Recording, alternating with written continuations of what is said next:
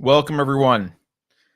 I was going to wait for another minute to start to let people gather in chat, but Richard Petz just said in chat that punctuality is important to him, and I agreed. So here I am starting on time. Welcome, everyone. You're watching Dangerous Thoughts here on Unsafe Space. I'm Carter Laren, and this is a show I try and do every week, although I'm not always successful getting it done every week. I apologize to those of you who missed me last week. I did write an article. I forget what it was about. Oh, I think it was about the looming recession. So you could read, but we missed the show last week, so I apologize. But I am back. I'm back today, obviously. On today's agenda, what we're going to talk about is the best way to effectively fight the culture war. It's probably an answer that will not satisfy a number of you, but tough shit. A side benefit to my answer is it comes with an increased passion in your life and meaning in your life. It's a great answer. It's just not the answer that some of you want. I know what you want is like some a zinger to share on Twitter that everyone will suddenly see, oh, Elizabeth Warren's completely wrong. Anyway, before we start the show, please take a moment to make sure you are subscribed on YouTube, especially because they like to unsubscribe people constantly without their knowledge. Also on Rumble, we're trying to do a little bit more on Rumble and on Odyssey. Those are the three main platforms. You can support us financially by going to unsafespace.com. There's ways to donate there. We do survive. This show and every other show on the channel survives only through your donations. So appreciate that. Oh, and you can share the show. This show's got a lot of evergreen content, so does Rebel Civics. But sharing it around helps as well. So there we go. So let's jump in. Let's talk about the culture war. I'm kind of using that in quotes a little bit because this is really a war of values, and culture is kind of a sloppy term, but it's a war of values. And let me explain why I want to talk about this big topic today. I've been paying attention to obviously I've been paying attention to this channel and this show and what topics seem to get more attention than other topics. It's not topics I would necessarily choose to get more attention, but there you go. And we are operating in this attention economy. People are addicted to news cycles. And in particular, they want outrage. If my goal was to maximize profits, I could put that in quotes because there are no profits, maximize revenue for this show and every other show on the channel, I would come on every day and work myself up into a frenzy, ranting about something that, AOC was doing or how stupid Biden was. And a lot of people would applaud and clap because they would feel like I was on their side in this political battle. And politics is very passionate, very important to people. They get very excited about it. So yay, that's how you do it. I know how to do it. I just don't want to.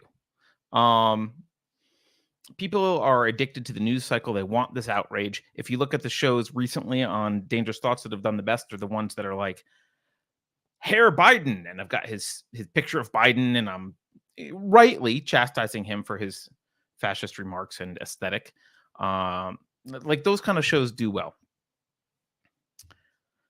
And I'm not saying none of that stuff is valuable. There are a lot of people who are really good better at me at doing outrage rants. And that's important. It's important to practice the application of reason, which is a lot of what we do on this show. We'll pick a news article or something in current events, and I'll walk through and be like, look, this is why this makes no sense, and blah, blah, blah. And it helps people clarify their thinking. It helps me clarify my thinking for any particular topic. So the application of philosophy is not an endeavor that I'm saying is useless. The problem is, and by the way, thank you again to Richard Petz, who's been throwing money at the show today. He says connection to reality is foremost. I should probably put this on screen like I'm actually doing my job. He says, connection to reality is foremost. I just ordered a Jam Master jig for installing doors, a job that's very unforgiving to sloppy work and physics. Yeah, I think doing work in reality, it's hard to be a postmodernist because um, your soliloquies about the straightness of the door uh, don't really don't really matter to the door. Anyhow, the problem here is it's like I said, that stuff's valuable. It's all good, but politics. This is the part no one's going to want to hear. Politics is a distraction ultimately. Um, Not because it's unrelated to the culture war or to values, or that politics is unimportant. It is important. It is related. Like that's all true. The reason I view it as a distraction is because in endless fighting about politics, when you feel like you've won, you made an argument. The left will say will make fun of the conservatives for quote owning the libs, right? Um, when you make those kind of arguments, and you win and you prove, beyond the shadow of a doubt to anyone who happens to be listening that AOC is a moron, um, you feel like you've won. And it's this endless firefighting. If you've ever been in a job where you're just firefighting constantly, you never make forward progress. You never get anything done because you're constantly like responding. You're interrupt driven. You're responding to fires, emails and texts, and you got to fix this, and got to fix this, and you never move forward. You never make any progress. Anyone who's managed uh, a team should probably be aware of that, and most people who've worked on a team should be aware of that. In the best case, when you're doing this political battle, is you win the battle, but you're sacrificing the war in order to feel good about winning a battle. That's basically what's going on here. And again, I think there's a role for politics. We do have to, I've talked about this before. I'm a big fan of breaking up the US, getting back to 50 states with their own independent governments and trying to focus locally on producing something that can maybe building a giant wall around a state to keep Washington out, something, so that we have a relatively pro-liberty area from which to work, a home base. But um, but politics isn't going to solve our problem. And woke-a-mole, someone said, someone in chat called it a woke-a-mole. Yeah, it's kind of like that. So our culture war, and when I'm talking about culture here, what really matters, I said, was shared values. I mean, really shared metaphysics, epistemology, and ethics. Those are the three main things that matter the most. Kind of a base agreement on those as a culture, and those matter a lot more than politics. I've said a bunch of times what I always thought was kind of pithy, but no one really cares. They'll let you have the Constitution so long as they can have the dictionary, right? And the reason for that is the Constitution already has guardrails. But if you decide to interpret words however you want, the guardrails are irrelevant. So you can argue over what laws should say, but if someone else owns what words mean, you're wasting your time. You're wasting your time.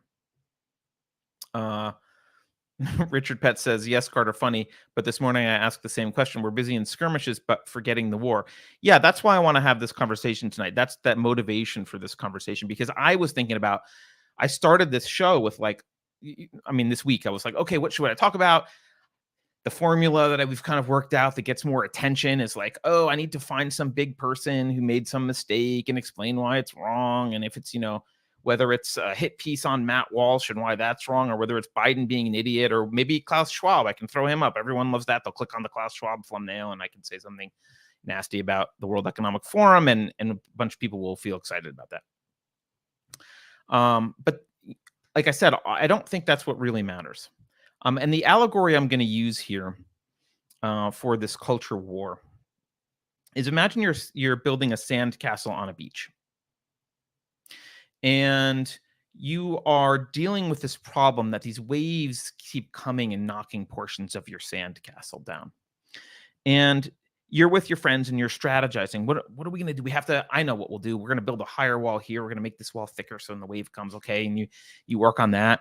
And then someone maybe someone's like, I know what we'll do. We'll build a moat in front so that the wave, if there happens to be a big wave, it'll mostly get absorbed by the moat, and that will protect the rest of the castle. And you guys spend uh, hours focusing on this. And what you don't notice is that the tide is coming in. And no matter what you do, it's inevitable that your sandcastle will be 6 feet under. So will your blanket and chair and cooler. You're going to have to move. You're too close to the water and the tide is coming in. And you're not focused on that at all. You're focused on fighting the waves as they come. That's where we are in America. The tide, the cultural philosophical tide is coming in, and it's getting that's why you're noticing waves hitting your castle more. That's why you're like, hey, what they do to education? What's going on? Why are they teaching my kindergartner about anal sex? Hey, what's going on? That's why the tide has come in. And that tide moves much more slowly than waves. It's much less visible. You don't sit on the beach and watch the tide come in. Like, it's very hard to do. It's kind of like watching grass grow. It takes hours, right? So, but that's the situation we find ourselves in. And the war is about the tide. So this is where the allegory breaks down, because we don't really, unless NASA figures out a way to move the moon in orbit, we're not going to change the tides. But the allegory breaks down there because it is a tidal war. We can battle. We can't have a war, and we should be having a war over the tide and where it is. And I think one of the things that we should do when we ask, like, okay, well, how can we effectively have that war? Let's stop worrying. It doesn't mean, like I said, it doesn't mean building the moat and the thicker walls is not a bad idea. It's a good idea for the waves. I get it. But there's this bigger concern. How do you have the battle to change the tide? How do you have or to maybe move, right? How do you have the battle over the tide? Well, I think we should look at history here, because there's something that we can learn. The founding fathers were headed in the right direction in 1776. Clearly, there were some imperfections. And I think it's anyone who's going to pretend that what I'm saying is that they were perfect and all their stuff was perfect is not worthy of this show. So I'm not going to respond to that. Clearly, there were imperfections and inconsistencies. Frederick Douglass talked about them on his famous 4th of July speech in 1852. But the direction was great. In fact, it was the biggest step forward for ethical government in the history of mankind. Right? It was an enormous step forward. It was this recognition that there was no divine right of kings. It was this recognition that individuals had rights, and that the governments were instituted to protect those rights. Like, that's amazing. It was a recognition that rights were a priori to government, not gifts from the king. All this stuff was great. This is what we celebrate. This is what I celebrate when I celebrate America. This is a great directionally, right?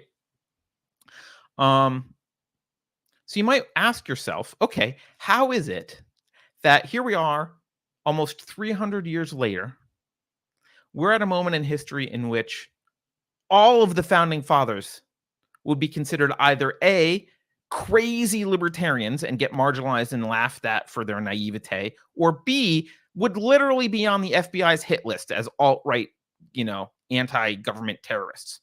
That's it. Those are the categories. There's no other category. There would be no Republican founding fathers. There would be no Democrat founding fathers. They would be either the crazy libertarians that everyone was ignoring, or literally on like FBI watch lists. That's it. Those would be our founding fathers. Those are the people that we look up to in history, for those of us who look at history.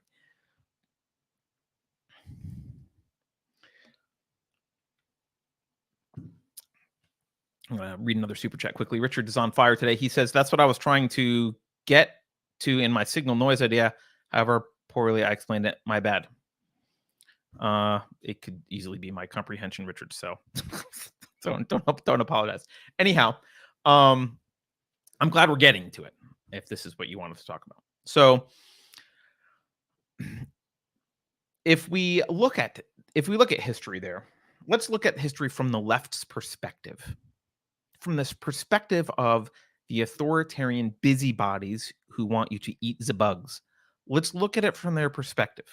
Because if we don't understand their perspective and what they did to get here, how like we're not learning from history. How are we going to fight them? How are we going to make a counter move if we don't even understand what the hell happened to get us to this point? We have to understand what they did. Now, I've used this analogy before, but I like it, so I'm gonna keep using this. It's not really an analogy; it's a framework. It's a way of thinking about this stuff.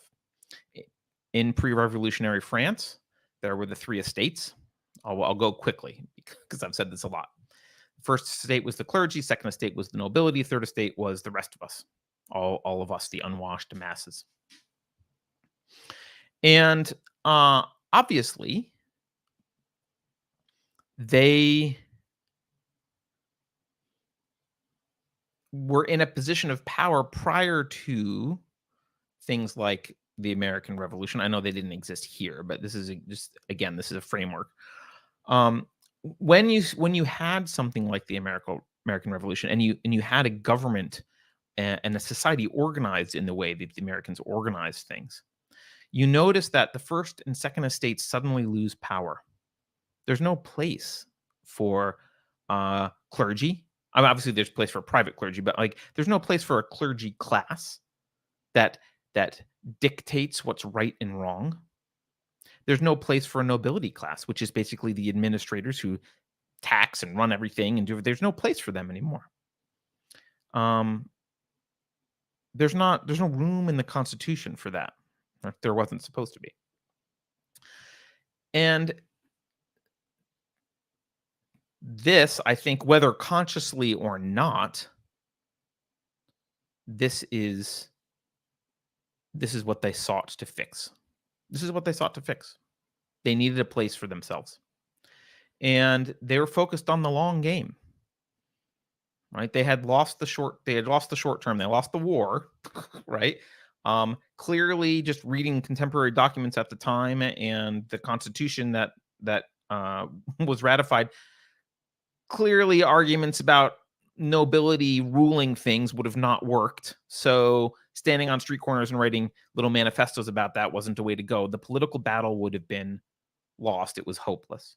So what they did was they focused on the long-term battle. Now, I'm saying maybe they didn't do this consciously, but I will say intelligent people throughout history have recognized the power of ideas. So some of this was very likely conscious. It's not rocket science. A lot of people dismiss ideas as useless, but intelligent people understand their power. And there were plenty of intelligent people who looked at that time who said, well, I don't like the way this is going. I don't like the unwashed masses are potentially in charge. And of course, there were also people who recognized the danger of the mob. So they lost control of these institutions. Um, they lost control. They lost that moral authority. And the reason they lost that moral authority and the ability to exercise that control, and the reason, sorry, the reason they couldn't win it back with politics is because of context, the cultural context, the values that were pervasive in society at the time wouldn't have worked. Right? It was a largely individualist. I mean, not perfectly, but a largely individualist mindset. It was antithetical to the collectivist aristocracy mindset. Their arguments would have fallen on deaf ears. So, what did they need to do in the long term? What if you're an intellectual and you're wanting a return of some variation of the first and second estate? You don't like this. You don't trust the freedom. You don't like this liberty idea. What do you need to do? How do you need? What's your strategy? Well, I think a very effective strategy, and looks like was theirs, was, well, you need to recreate um or create, possibly for the first time, but you need to create a desire in that third estate to be livestock. You need to destroy that individual spirit. You need dependency. You want them to want to be livestock. You want them to build their cages voluntarily, and you want them to invite you to run the farm, which means you need to control the sentiment of the mob. The mob is in power now. I'm saying the mob kind of derisively, but in the past, it didn't matter what the third estate thought. You were nobility, you were clergy, you guys made the decisions. Now you recognize, oh, the power is in this large group of people who vote through this democratic system, this republic. I need to control their sentiment. If I control their sentiment, then I can build whatever I want. And manipulating people, large masses of people with ideas, is a tried and true and proven technique over the course of history.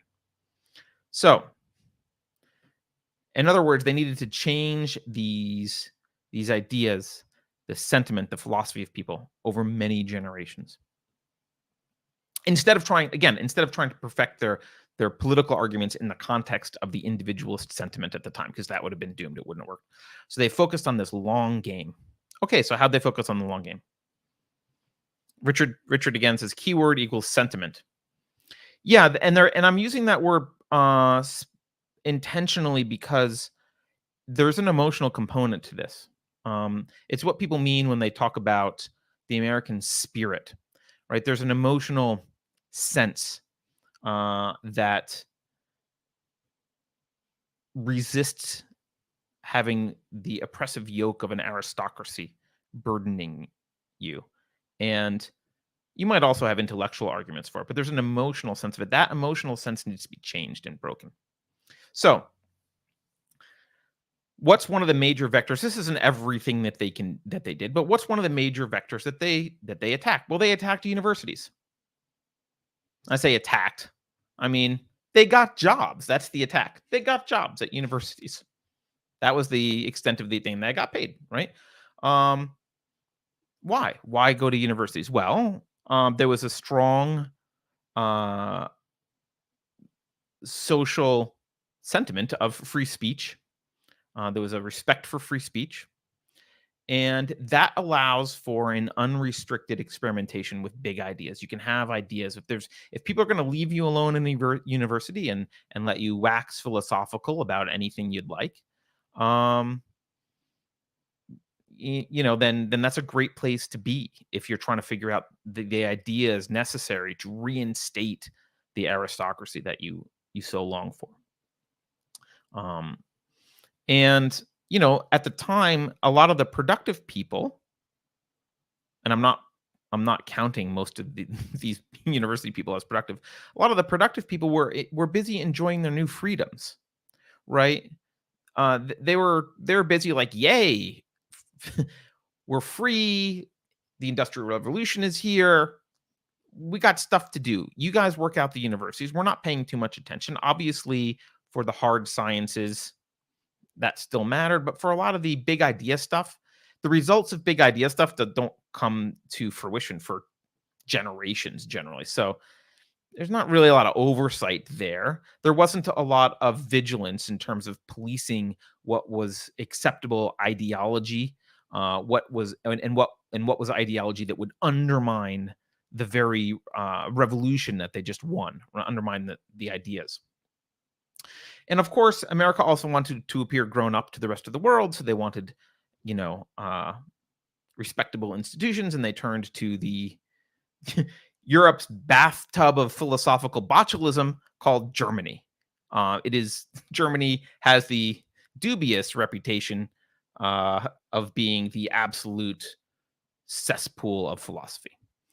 So they turned to Germany and they copied a bunch of German stuff and brought those ideas to America to found and build universities. And this means that this class of people was free. They were left alone to conceive and develop mind viruses in the bathtub of the university, and free to develop and distribute these, philosophical bioweapons without anyone really bothering them. Because they didn't run around saying America sucks, blah, blah, blah, blah, blah, right? That's not what they were talking about. They didn't run around saying, I don't like this new thing. I think we should have aristocracy. That wouldn't have worked. They knew that. Instead, they just let's just talk about ethics generally, and let's undermine some of this stuff, right? They certainly loved it when Immanuel Kant came along. So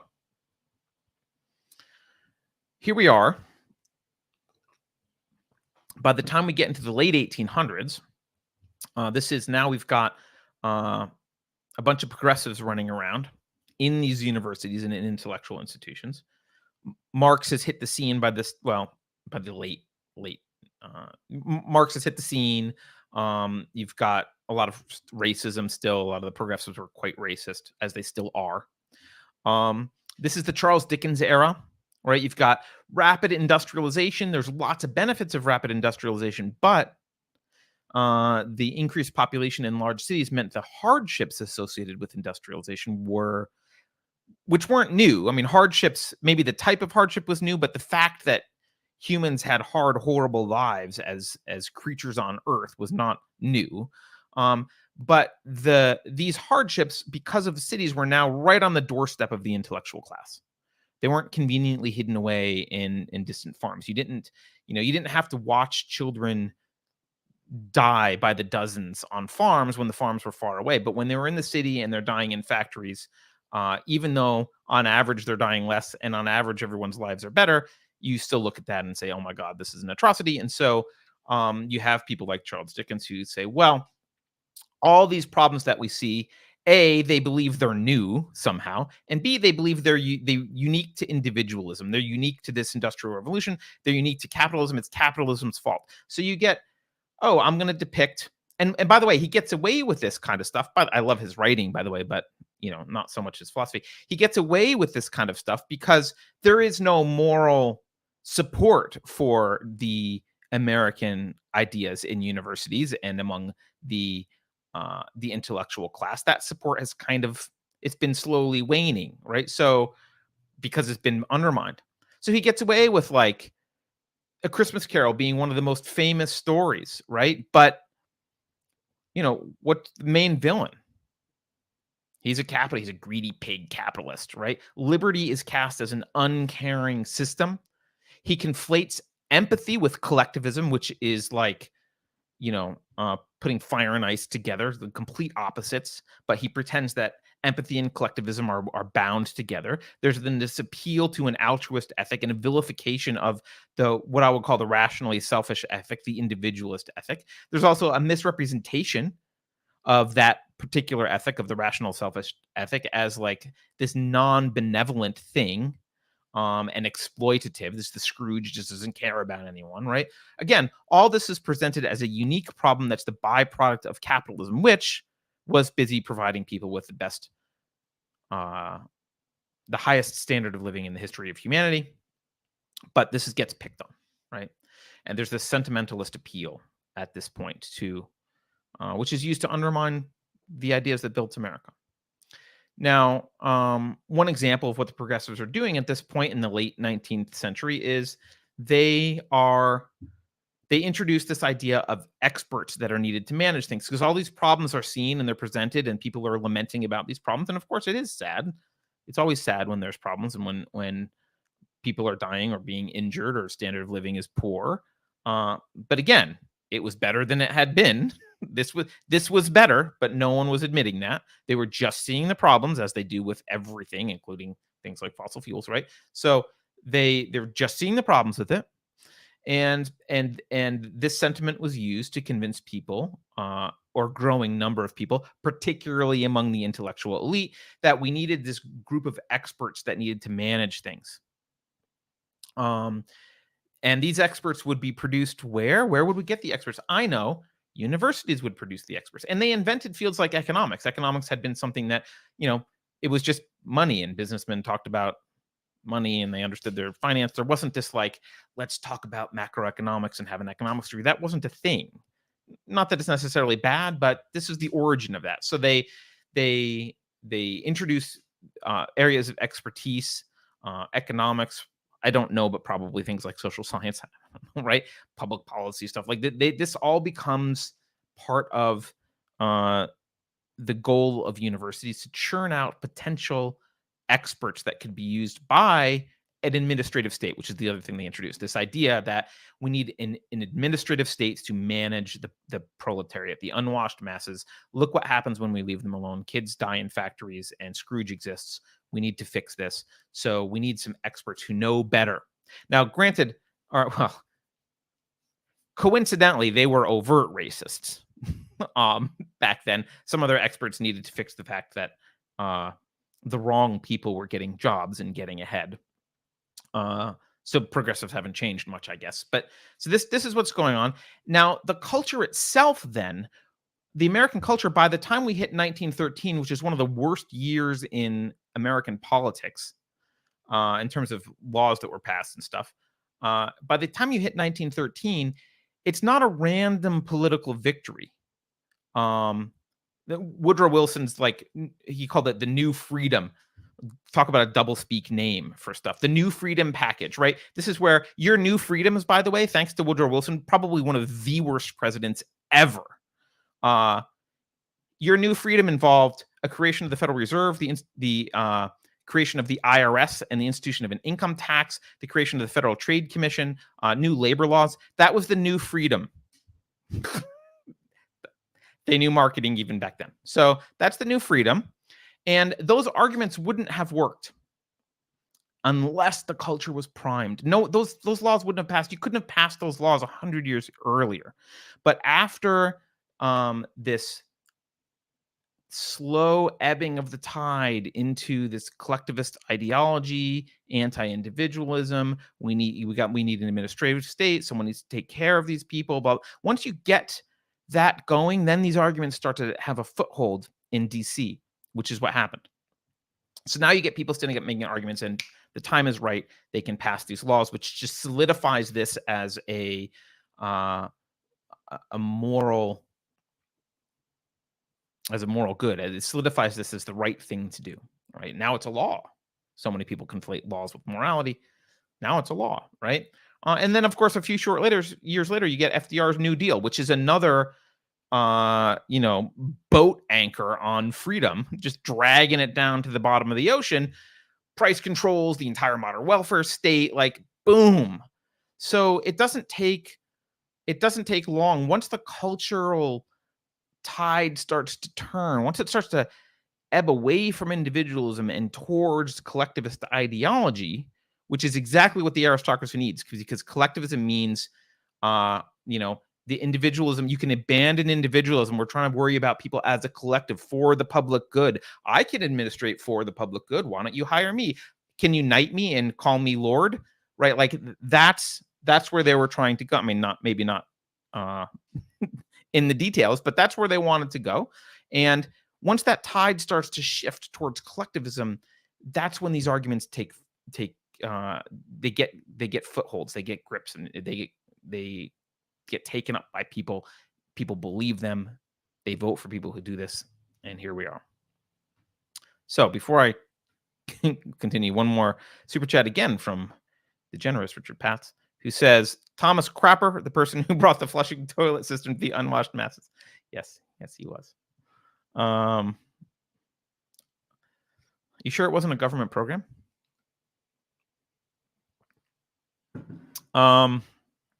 Okay. So that's the history that I want you to understand of what happened and how we got here generally. I mean, it's not detailed, but it's I don't think you want me to talk for 8 hours, and I don't want to. That's how we got here, basically.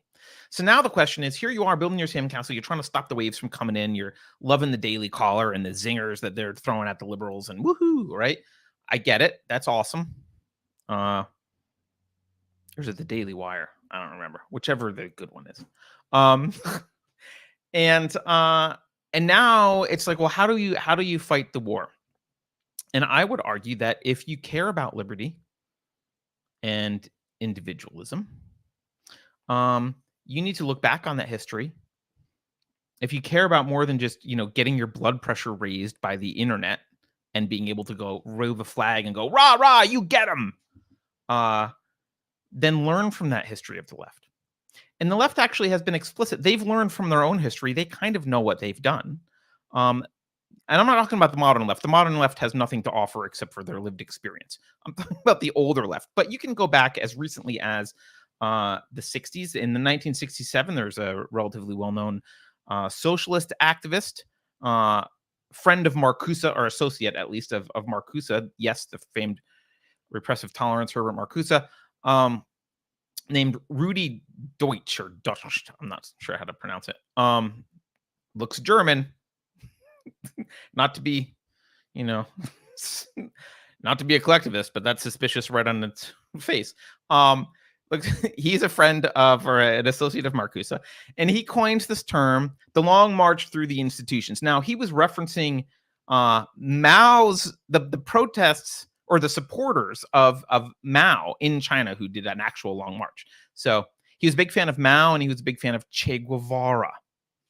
So that's the guy. And he talks about this long march through institutions. This is what he wanted to do. This was his plan. Now, it's a very succinct way of putting it, so he gets credit for that. But he's the caboose.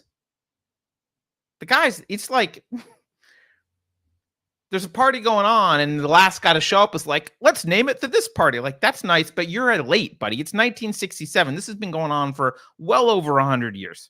The groundwork was laid generations before you. There has been a long march into institutions.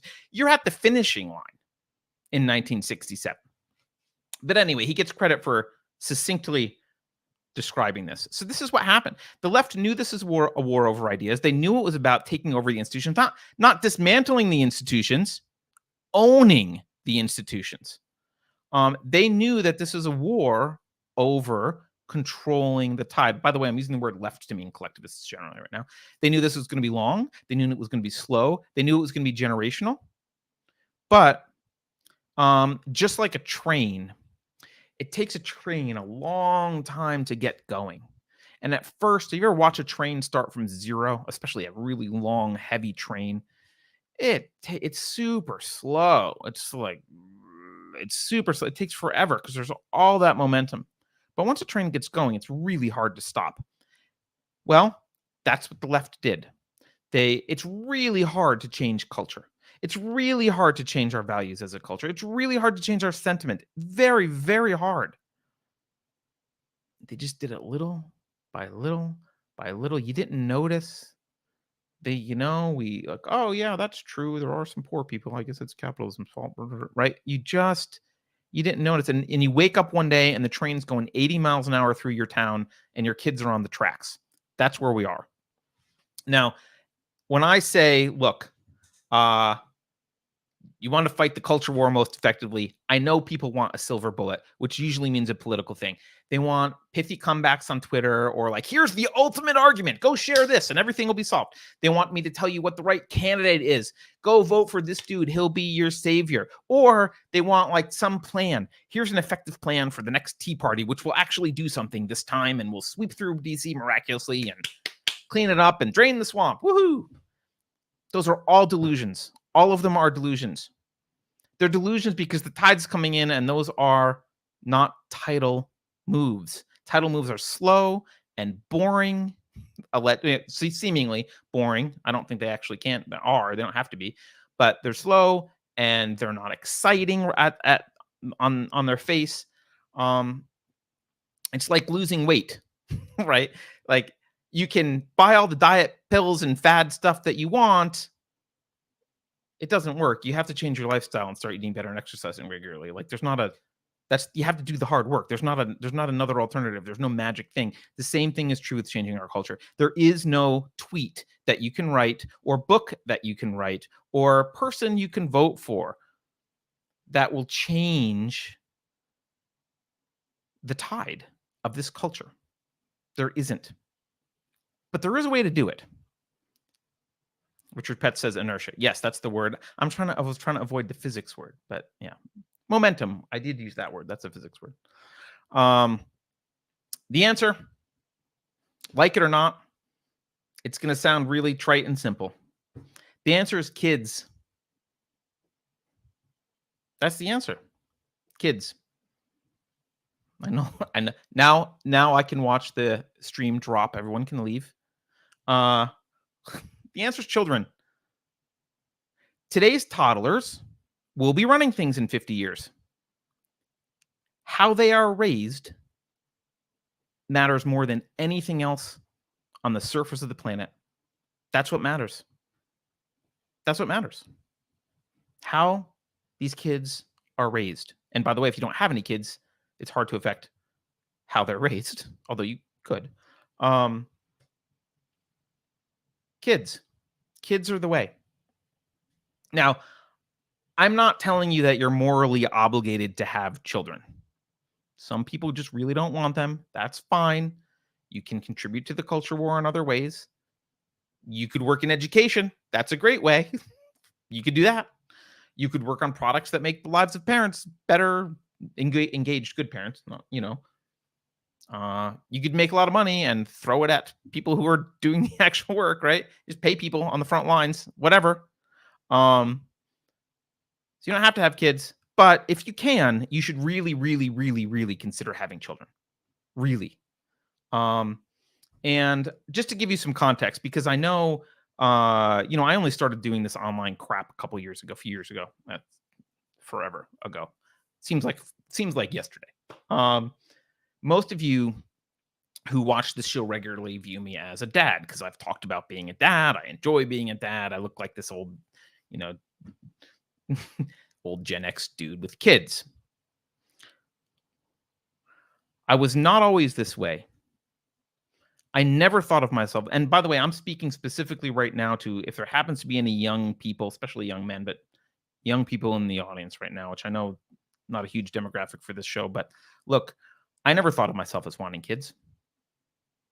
Um, Now maybe I look like a dad and act like a dad and tell stupid dad jokes and whatever, but I didn't want kids. I was working at a startup that I enjoyed, making great money. I was jet setting around the world. I mean, I flew to Paris to watch a play and for no other reason. Like I had a great lifestyle. Uh I was in an open relationship, busy trying to compensate for my unusually chaste youth. Uh in my free time, I was busy buying guns and playing in the desert. I was spending a lot of time at gun site in Arizona. If anyone's ever been there, back when Colonel Cooper was alive. Um, I was having a ball. I found children to be some combination of boring or annoying or burdensome. Definitely snotty, uh, uninterested in children. And most of the people around me in my life at that time, by the way, uh, validated that. Now, granted, I was living in like literally in the city of San Francisco at the time. So most of the people around me were validating that. Even the parents are always lamenting about their kids. It's kind of like uh it's like virtue signaling, except for it's like suffering signaling. It's oh, my kids are so there's always that kind of crap going on. And the best kind of thing that I would get was I remember one friend of mine, he was a cryptographer from Lawrence Livermore National Lab. And the nicest thing that he said, I think probably the nicest thing anyone said about kids, which was they're okay once they can do math. So that was my view of children. Vice signaling. Thank you, Greg. Vice signaling. That's a good name. Okay.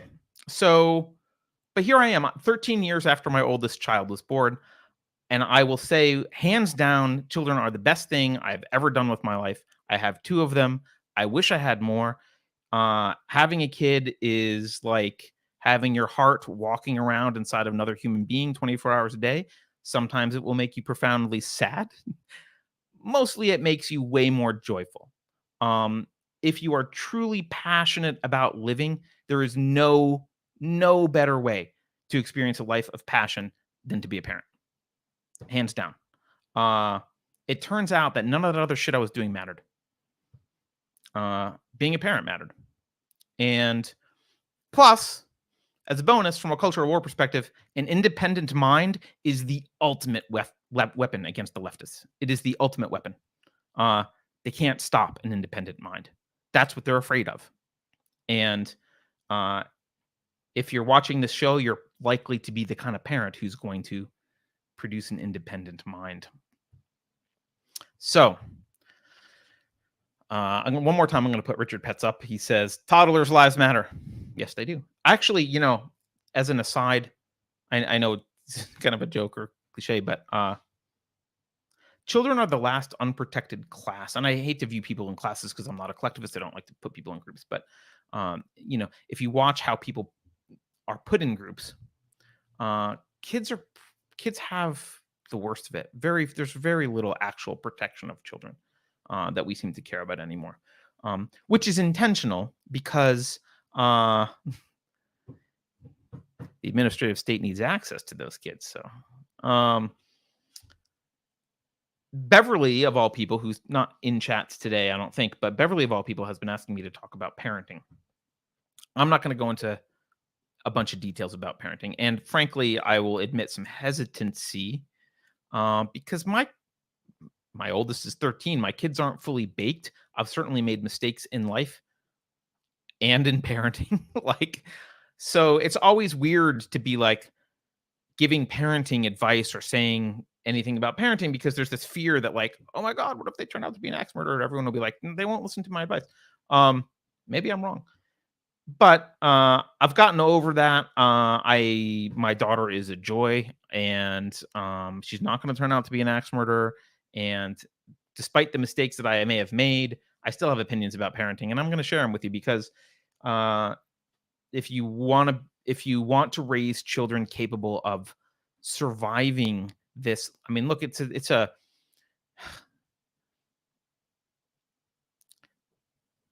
nuclear winter of values that's coming, right? And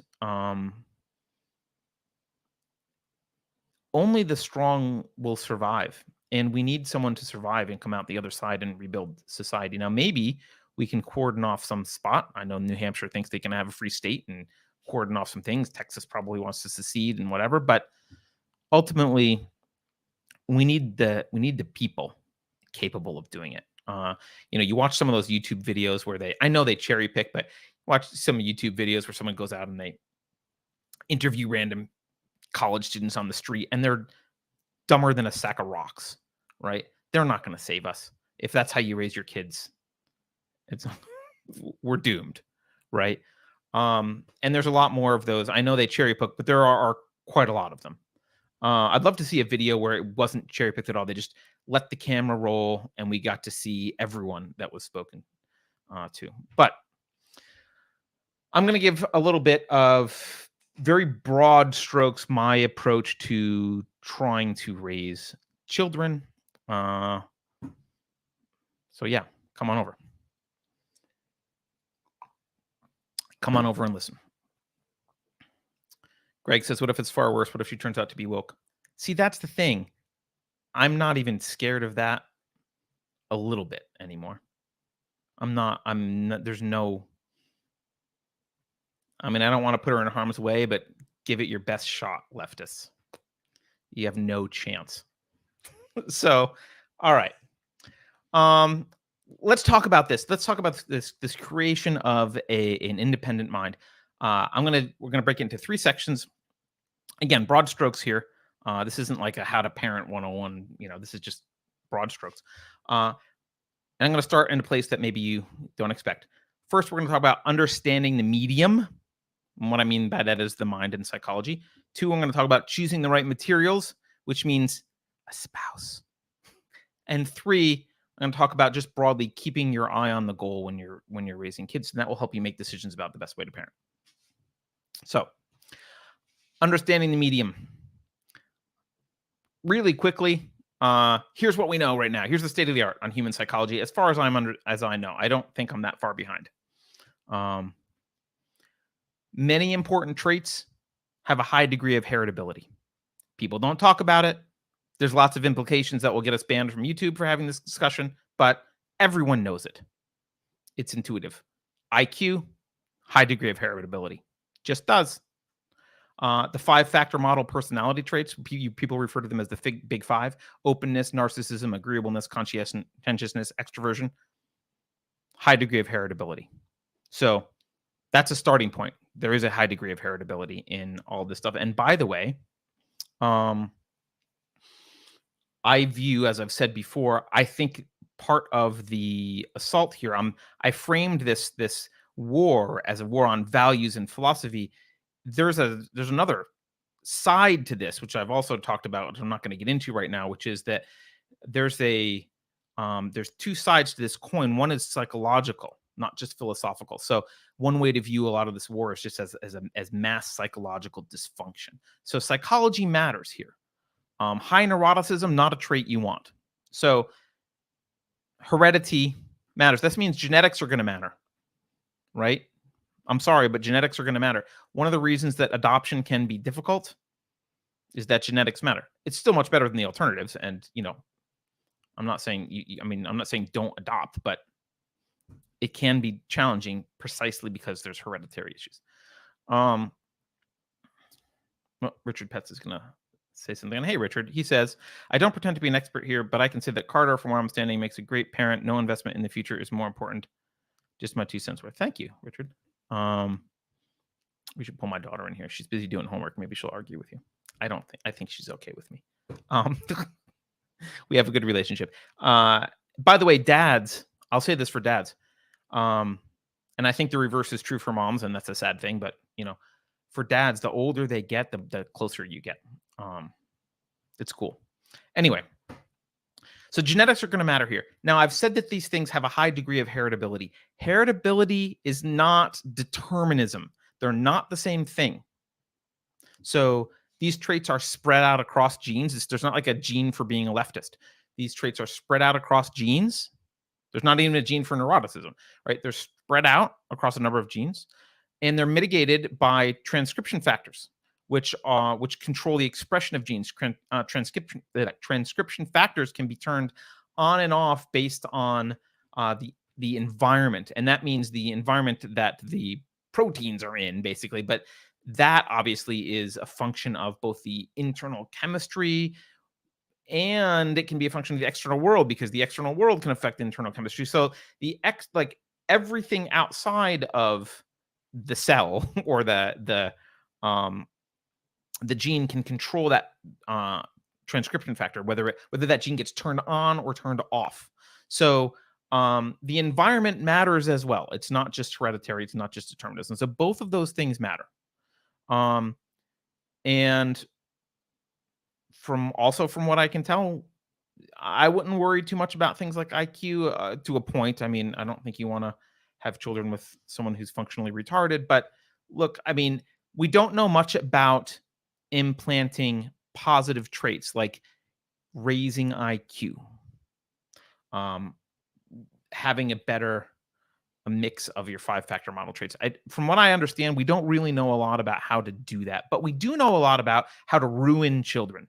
So, which is unfortunate, but a lot of the studies, there's a whole adverse childhood experience score. You can look it up and learn about that. We know lots of ways to lower IQ, everything from malnutrition to beating your children, like lots of ways to lower IQ. There's lots of ways to cause psychological damage.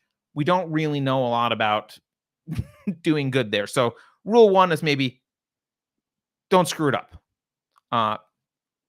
Pick someone with good genes. Don't screw it up. That's rule number 1.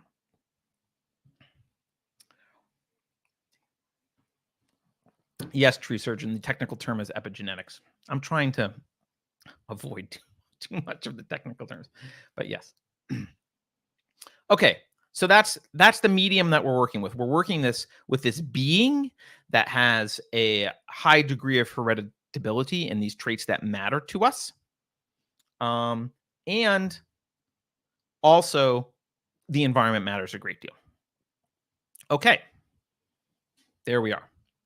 Now, this brings us to choosing the right materials to work with. And by that, I mean spouse. Now, I'm going to make an assumption here right from the beginning.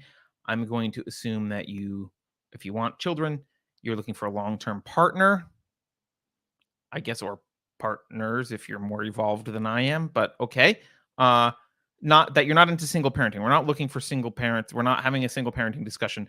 That's a stupid idea. Murphy Brown was wrong. Data suggests that's a bad idea. It is a bad idea. Just don't do that. So we're assuming that you're looking for a long-term partner. Now, Richard Petz also now says curiosity is a positive trait, has a positive feedback, one that promotes thinking. Yes, curiosity is positive. It's not one of the 5-factor models, but it is. It's probably related to openness, I would guess. Okay, so we've talked about what matters. So we were talking about choosing a spouse now. Genetics matter, clearly. But uh, y- there's not a lot you can do with genetics. I mean, to determine genetics. The biologically, your attraction might be partly a genetic filter, like your just visceral attraction to someone, maybe partly based on genetics or epigenetics. Um, just one thing to keep in mind here: your genes. I'm gonna anthropomorphize genes for a moment. They're not actual sentient beings with free will. Your genes don't care if you have a happy life and wonderful kids that are anti-woke. Your genes don't care. They just want copies of themselves. Um, this idea is captured in actually before genetics was even discovered or known. 19th century novelist Samuel Butler has this famous aphorism. He says, "A chicken is an egg's way of making another egg." Like genes just want copies of themselves. They just evolved to copy themselves. So what that means in terms of spousal selection is the bettable hot chick with borderline personality disorder is a bad idea. Your genes might be excited. There might be a lot of chemical activity going on. Someone should have warned Johnny Depp. Like, that's a bad one. That's a bad one. Stay away from that. So don't place too much emphasis on that. Obviously, you need to be attracted to the person, but I have found that the crazy hot scale is often more true than I wish it were. So buyer beware. And it really can ruin your rational decision making. By the way, I wrote a stupid little I'll call it a micro story about living with someone with borderline personality disorder. I think it's on our Substack and on our website. It's called Borderline, and it takes literally like 60 seconds to read. It's super short, but stay away from that stuff. Okay, but when you're picking a spouse, the environment matters. And I'll say not just to your kids. I mean, in some sense, you're picking the mother or father of your child. That's the decision you're trying to make here. But you're picking someone that you've got to live with. So it matters to both of you what environment is produced here. You're shopping for both your own long-term partner and the parent of your children. So you need stability in this person, which is why personality disorders are just steer clear. And you need harmony, and what I mean by that is like value alignment. You especially need that when it comes to child rearing. Now, there seems to be sometimes this debate whether or not shared philosophy matters, and people sometimes like to cite. I think this is a funny example. People sometimes like to say, "Well, James Carville and his wife. No one knows her name, but her name is Mary Matalin, not Magdalene. Mary Matalin. Uh, James Carville has been married to Mary Matalin for years, and he's a Democrat and she's a Republican. Oh my goodness. By the way, I think she recently became a libertarian. But she's an anti-Trumper. That's not I'm sorry, people whose lives revolve around politics. Uh, I'm not even sure that's not shared values. I mean, they're both members of the Uniparty. One worked for Clinton and the other Bush and Reagan. Like, I get that there's differences between Clinton and Bush, but come on. This is not, you know, this isn't someone who's like a staunch libertarian marrying Bernie Sanders. Like, that doesn't, it's not, and I don't know how well their kids are or what if they have kids. So I don't know too much about the relationship. That's, it doesn't actually work. It doesn't work. If you're willing to choose someone with discordant values to raise your children, that's a sign that either you don't take values seriously, right? That your alleged values are decorations, not actual values. I mean, Ayn Rand once said, a value is that which you act to gain and keep. It's not what you say it is. It's not what you write on match.com. It's what you act to gain and keep. So if your act is to disregard values in your spousal partner selection, it's not a value. Those aren't your values. Um, so I'm not, if that's you, I'm not going to encourage you to have any kids. You can skip the rest of this. So either you don't take values seriously or you don't take relationships seriously. You're looking for a fling, not the parent of your children. And that's fine if you want to have a fling, but know what you're doing. You're not looking for the parent of your children. I'll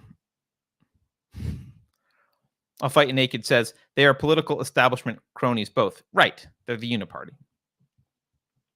But I hear that all the time. Well, these two are totally at the opposite ends of the spectrum. I'm like, yeah, at the spectrum, that's the wrong spectrum. That's way over here. That's at, like, that entire spectrum is at the other end of my spectrum. So it's also politics, which is different than philosophy, so which we'll get into a little bit. But if you want to impart your values to your children, you can't be constantly battling with your spouse about what those values are on a fundamental level. You can have minor disagreements about implementation and stuff, but you can't be like, should they go to church or not? That's not a battle you should have. Like, you can't have a Muslim and a Christian get married and not have that battle over your children. Which means if you two are getting married, neither one of you takes it that seriously. That's just the truth. And I don't care that it hurts. So other times people will say, well, that's boring. You don't want to marry someone just like you. Look, Nathaniel Branden has this concept of basic similarities and complementary differences. I don't think they should be just like you. I'm talking about metaphysics, epistemology, and basic ethics. They don't even have to have the same politics necessarily. Right? Like, but they have to have the same base values. And after that, actually, differences are great. They can keep things alive and keep things exciting. So I would say that the two requirements for actual psychological adulthood, which I view as a prerequisite to responsible parenting. One requirement is you have to consciously have chosen your philosophy. And it's simple. I harp on that a lot. Very few people have consciously chosen their philosophy. In fact, it's assumed generally that people haven't. I did this. There's this book called Designing Your Life from, I don't know, some Stanford people. And there's a course. There's a Designing Your Life course at Stanford, and it's a very popular course. The book is interesting, and this book has a workshop in it. And early in the worksheet stuff, there's these exercises, and they ask you to articulate what they call your work view, which is like what you think the purpose of work is, and blah blah blah. And then after that, they ask you to articulate your life view, which basically is what they mean by kind of philosophy. And I remember doing it, and I remember when I got to the life view part. The work view part was a little bit, I had to like think about what I really want out of work and what's important to me. The life view part, I zipped through because this is like, I consciously chose my philosophy 20 years ago. Some has changed, but like the fundamentals haven't changed. And I know why. I've argued it for decades now. Like I'm pretty comfortable, willing to change if I need to and have in a few certain areas, but that was easy. So I just really quickly wrote down like metaphysics, epistemology, like I went aesthetics. So I just went down. Actually, I don't know if I did aesthetics, metaphysics, epistemology, ethics. I probably threw in, I don't know, a couple other things. That's my life view, and it was an easy sum. And then I remember the question after that on this worksheet was about integrating the two. Oh, what conflicts are there? There's definitely going to be some conflicts in there. Don't you see the conflicts? Try and work out the conflicts so that they're integrated. Now, integrating them is a great idea. They should be integrated. But I remember looking at that question going, wow, what an assumption you're making. There weren't any conflicts in mind because everything I was writing while writing the work view was filtered through a consciously chosen philosophy. Like, it wasn't new to me that I was coming up with my life view. So I wasn't writing things about my work life that were out of sync with my life view, but most people do. The fact that they have to include that, they have to make it a big exercise, is a lot of people write both of those things and then they turn around and go, "Oh, there's a conflict." Yeah, because you haven't been thinking about your life philosophy. You haven't consciously chosen your values. You haven't thought them through. So do that before you have kids. And if you don't know what your values are and why, or if they're brand new and they're not tested in the crucible of life, it takes a little while. I made some bad decisions early when my values were new because I wasn't, they were just, I didn't really even know how to apply them or what, um, I didn't have as much nuance. Like, if you don't know what they are or if they're new, it's basically impossible to find a partner with shared values because they're too new. So you got to know what they are and you got to get settled in them. So, um, my heuristic rule that I kind of developed over time, which was to emphasize metaphysics and epistemology in terms of shared values, um, and worry less. I mean, ethics matters if they're like really off the ethical scale, but even ethics is not 100% required to be in alignment if metaphysics and epistemology are in alignment. And the reason for that is um, metaphysics is the map and epistemology is the direction you're going. And so if you both have the same map and you're both going in the same direction, you will meet at the horizon. Like, you will move closer to each other on all of the other issues. So, but even if you have the exact same ethics, if you've got different metaphysics and epistemology, you will separate over time. So you want someone you're going to move closer. Your values are going to get more shared and closer over time. Anyway, so that's one thing. You should have this one requirement. You should have your philosophy consciously chosen. I've probably done several shows about that, so you can, if you want more, go watch them. The other thing that you should do is you should learn about partner selection. And I gotta say, this is hard. There is first of all, most parents don't teach it. My parents didn't, and not through any fault of their own. I think they just didn't think about it. They probably weren't taught about it. Very few parents sit down and say, this is what you need to look for in a spouse. These are the pitfalls. This is what it's like to be married. These are the things that go wrong. This is what you really need to care about. This is the red flags you have to worry about when you're dating. And this is when you should run screaming. And this is when you consider it. Like, almost no one has that conversation. And the weird thing is, if you look for books on this, there is a dearth of material. It's kind of like how the healthcare system has been for a while, which is like, if you have a disease, there's 15 million medications for it, but no one is talking about preventing the disease. So if you want a book about how to save your marriage, there's pages and pages and pages of Amazon books about relationships gone wrong and how to save your marriage and this and that and the other thing. There's like one or two, there's nothing about like, how do you find a partner?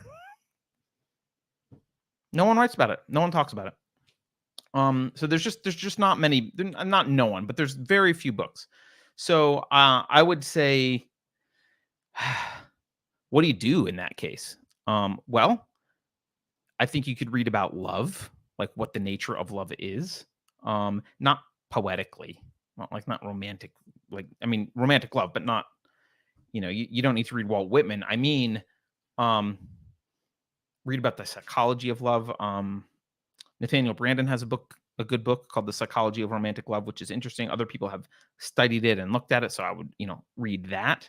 I would read some of the, even before you're married, I would read some of the books about marriage difficulties, and there's a crap ton of those, and I would read them from various sources, like from different angles. So I would read the lefties, I would read Christians, I would read both, because they're going to disagree with each other and they're going to have completely different premises for how they approach the stuff. But both are likely to have some truth in them about things they've observed and what happens. And they maybe some of their remedies you might not agree with, depending. But I would read someone like Esther Perel, who I know a lot of people on the right really don't like, but she's very insightful. And even if you don't agree with some of her conclusions, I would read someone like John Gottman, who I think is a Christian. He's got a book called 7 Principles for Making Marriage Work. Maybe he's not a Christian, but the only book, by the way, I've seen about picking a spouse, Go Christians, is by a Christian named Dan Chern. It's called How to Pick a Spouse. So I would read a lot of that stuff and try and get an understanding of what you're looking for in terms of a partner. And I know it feels not romantic to do that. You have this Disney version of like you're going to find the girl or guy and they'll be, you'll fall in love at first sight, and then you'll stay together forever and everything will be hunky dory. The problem with that is it's based on a myth, which is the myth is that your biology, that your biological response is automatically uh, commensurate with your life values and needs. Now, I know Ayn Rand would argue that there is a correlation between those two, and I guess there can be, of course, but it's not a one-to-one correlation. It's not that easy, um, and so you can easily fall for someone.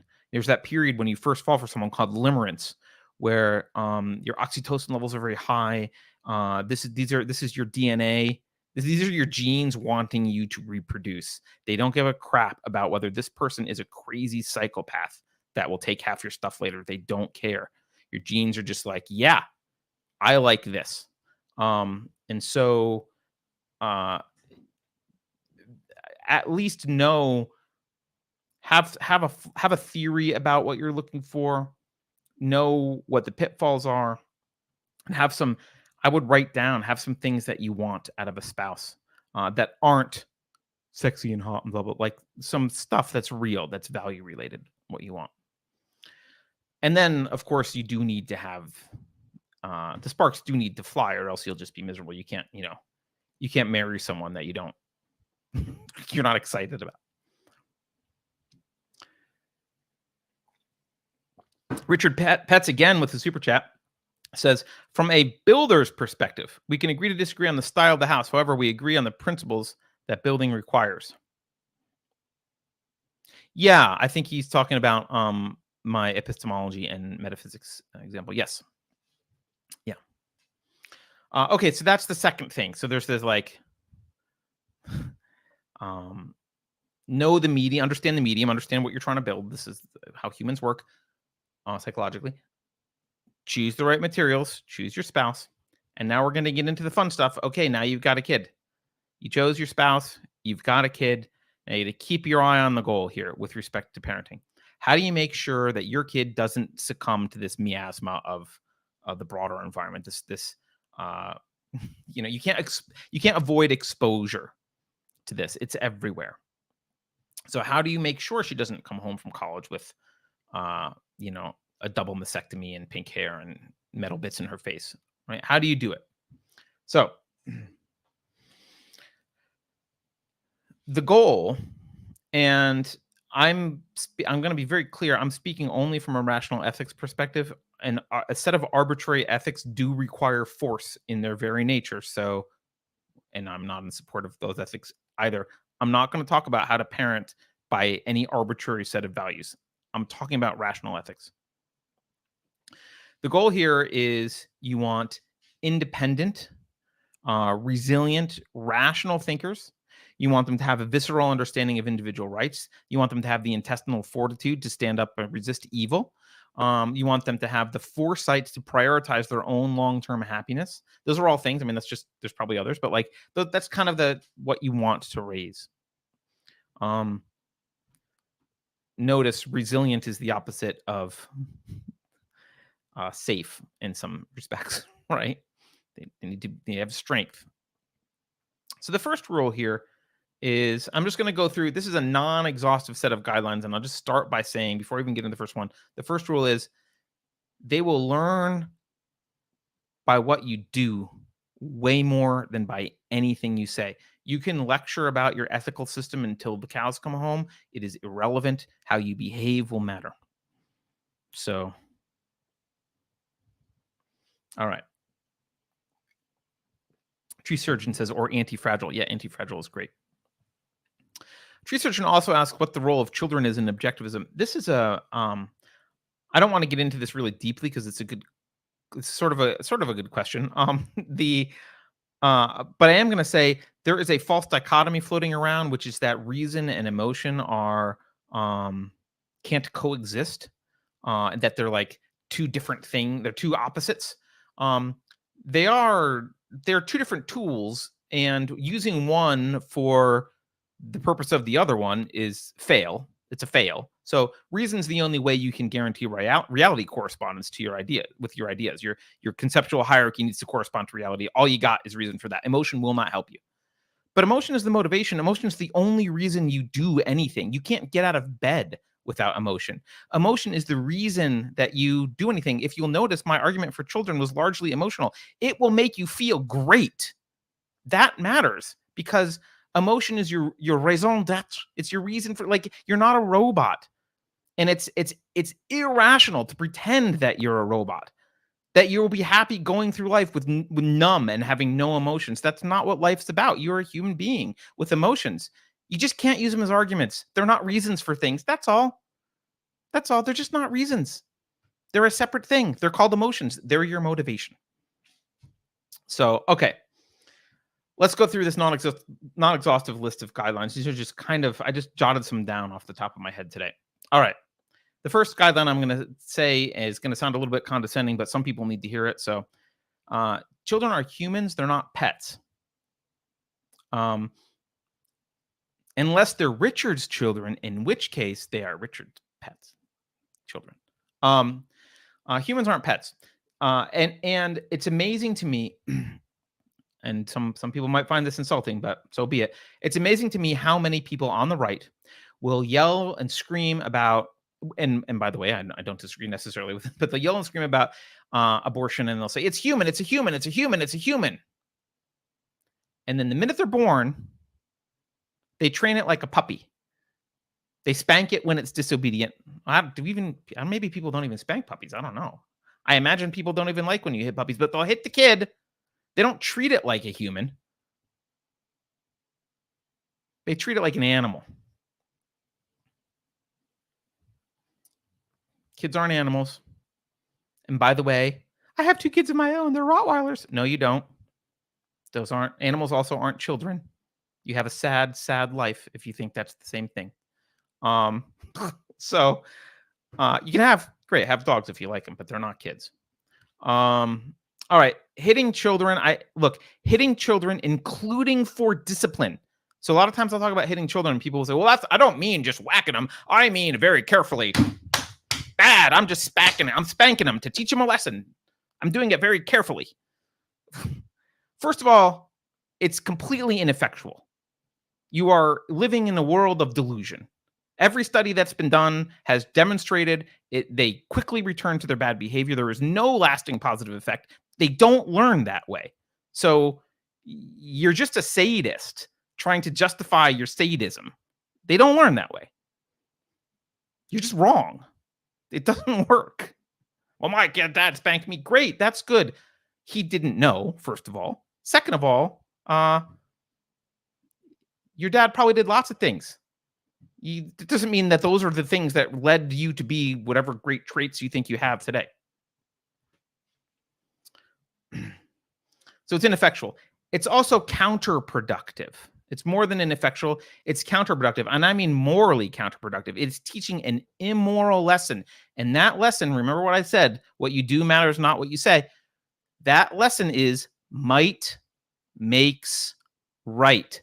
That is the fundamental lesson being learned. It is, you do something I don't like, I hit you. That's the lesson. What do you think happens when they become bigger than you? What do you think they think is appropriate when they're grown up? Why do you think they turn to a police state? He broke the law. Someone needs to whack him. That's where that comes from. Might makes right is immoral. Stop teaching it. And by the way, for the Christians in the audience, spare the rod does not mean what you think it does. You're reading an English translation. Go investigate spare the rod and the history of it and the etymology of it. Go look up in a concordance. I don't base my ethics off the Bible, but I know you do. It doesn't say you got to whack your kids. All right.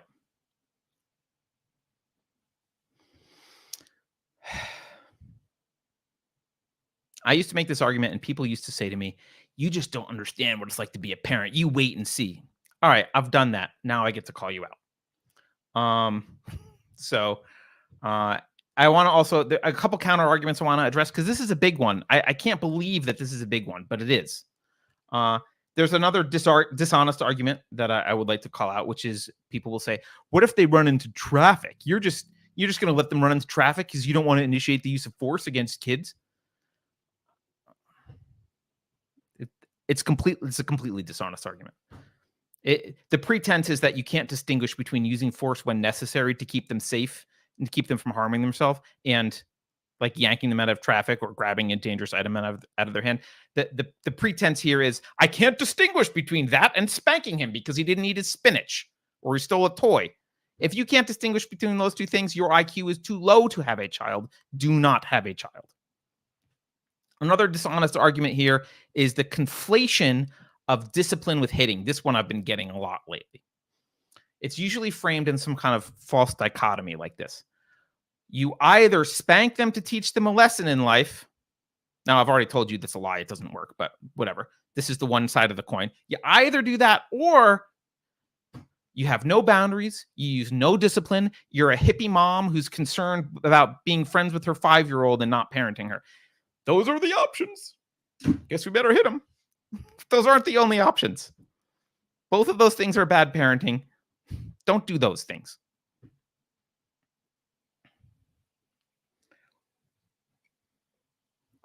All right. One more from Richard Petz. He says, I vote down the stick. The only thing that works then is the carrot. Reward works, punishment punishes, zero-sum game. So I'm going to talk about what negative discipline looks like to me. So if your rules are reality based, in other words, if you're dealing with a rational ethical system, then much of the discipline that you have to dish out can be morphed into exposing children to the consequences of their actions, which would otherwise be hidden to them. They don't understand the long-term consequences, but you should. The reason you have the rules should be that there's long-term negative consequences because they're rational rules. So the discipline that remains, if you're not doing that, can be consequential and non-violent. I told you to clean your room before I would take you to the barn to do your riding lessons. Not that this has ever happened. I told you you had to clean your room before I'm going to drive you to the barn for your riding lessons. You didn't clean your room. Ergo, you have no ride to the barn. Right? They need you. They rely on you, right? Kids rely on you. So you do have a say in what you're willing to participate in. You don't have to do whatever they want, right? Now, of course, the less they need you, the less you have a say in it. It's called growing up. But there can be a negotiation there. Well, you want this thing from me, I'm not going to deny you food and shelter, but there's a lot of stuff that I'm willing to deny you. Like, this is a negotiation. Like, there's a house we live in, and there's some give and take. You need to learn to do that. Disagreements can also be negotiations with consequences for when they cheat, because kids will make agreements and cheat on the agreements because they're testing. They're testing whether they can do that. So I've given this example before, but I'll give it again. My daughter, I'll probably give 2 examples tonight about brushing teeth. My daughter did not like to brush her teeth when she was young. And I remember one time she wanted me to read her another story. And I said, I'll read you another story if, what do you think I said? If you brush your teeth without complaining, blah, blah, blah afterwards. Okay. So, and of course, she's a kid, right? So she's just like, she didn't hear anything after I'll read you another story. And like, if blah, blah, blah, I was like, oh yeah, woo, another story. Yes. So I read her another story, and what do you think she did? I said, okay, it's time to brush your teeth. I don't want to. She didn't want to brush her teeth. Okay. So at this point, I could get angry because she promised, but she's a kid. She's testing boundaries. She may or may not even understand. Even if she does understand, my job is to parent her. I'm not trying to get angry. So, okay. She doesn't want to brush her teeth. Well, what can I do? Well, I can show her what the consequences of this decision are. And what I mean by that is the consequences of breaking promises, because she made a promise to me. I might have used the word promise intentionally because that's a strong word. She made a promise to me. So all I had to do was say, oh, well, I just had to universalize it. Oh, I see. You want to live in a household where we don't keep promises. That's fine. The next time I promise to do, and I just started listing things. Next time I promise to get you ice cream, I'll break it. Next time I promise to do this, I won't do it if I don't want to. I can live in a house where I don't keep my promises to you. Is that what you want? Um, and her eyes were like, they got super wide, and she looked at me, and she like picked up her toothbrush and started brushing her teeth. She didn't want to live, like, all I had to do was lay out, like, this is what it's like to live in a world where we don't keep promises with each other. Here's the negative consequences. And of course, at this point, she's too young to like have counter arguments, right? I'm just connecting it to reality. I'm just connecting it to the consequences. Like, look, because this is part of being responsible. You make a promise, you keep it. All right, maybe she'll be careful about not making that promise in the future, or she'll just go brush her teeth and fulfill it. I'll say another. There's another brushing teeth story actually about demonstrating consequences. This one, I think she was a little old. Oh, she was a little older. She had gotten better about brushing her teeth, and then fell off the wagon. And I again gotta brush her teeth. Why do I have this? It was a why. This is a great. I love the why questions because they challenge me if I don't have a good reason. But you know what? I do have a good reason for brushing your teeth. So why? Oh, that's an interesting question. You want to know why we brush our teeth? Now, someone will argue you don't need to do this if you only eat meat or whatever. But she had carbs in her life at that point and sugar once in a while, not a lot. Said, oh, you want to know why? Now, by the way, this is parenting in the 21st century. Yeah, you couldn't get away with this 100 years ago, but that's easy. I went to Google Images and I found pictures of rotted teeth. And I showed her, this is why. This is what happens if you don't brush your teeth. Now, that might have been too much because I think it scarred her. She was like, I'm brushing my teeth. There's a reason. There's a reason why. And the point is not to win that particular battle. If I had lost that battle and she had opted out of brushing teeth that night, that would have been better than forcing her to do it because I should be able to win that argument, right? And if I can't, that's my problem. I got to go circle my wagons and come up with a better argument. Richard Petz again. He is on fire tonight. Richard Petz again says, failure equals connection with reality equals consequences equals opportunity equals growth. Excellent equation, Richard. Yes. And one more thing I'm going to say with respect to kids aren't animals. This is all apparently under the kids aren't animals heading. Kids aren't pets. One more related thing I will say is respect their boundaries. So, and this is a habit that I get into early on. I didn't, our youngest is just about 1, and from day one with her and with my 13-year-old, from day one, whenever we were doing anything, you manipulate babies a lot. You got to pick them up, change their clothes, change their diaper, but there's lots of baby manipulation that happens. And obviously you can't ask for their permission. Like, they're a baby. You need to do the thing. They don't even understand what's going on. But what I did do was I would explain, I'm going to take your left sleeve off. Now I'm taking your right sleeve off. Now I'm putting this on. I'm going to open your diaper. She had no idea what I'm talking about. But it's this habit of respecting her and her body and her autonomy. And be like, yes, I'm manipulating you. I'm telling you, it's not just happening out of the blue. I'm not treating you like an object. I'm telling you, these are the things that we need to do for you. Here's your onesie, right? Where this becomes an issue for a lot of people is with hugs and kisses. As soon as they're old enough to express preference, their preference needs to control, not Aunt Betsy's desire to give him a big old kiss.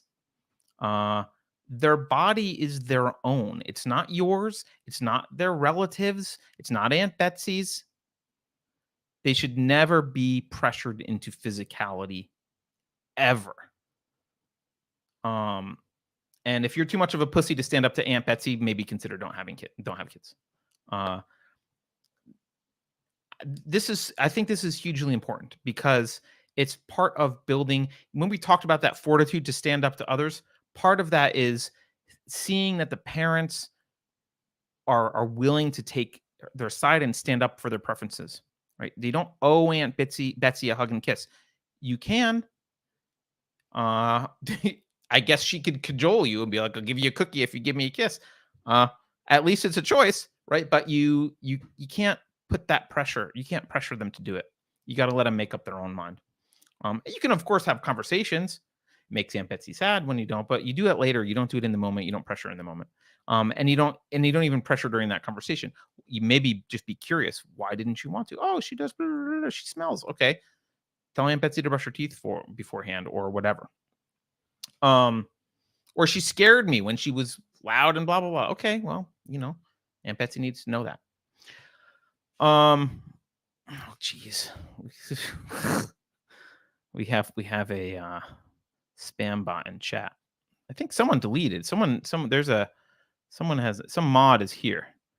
But I will I'm going to ban this person. Okay.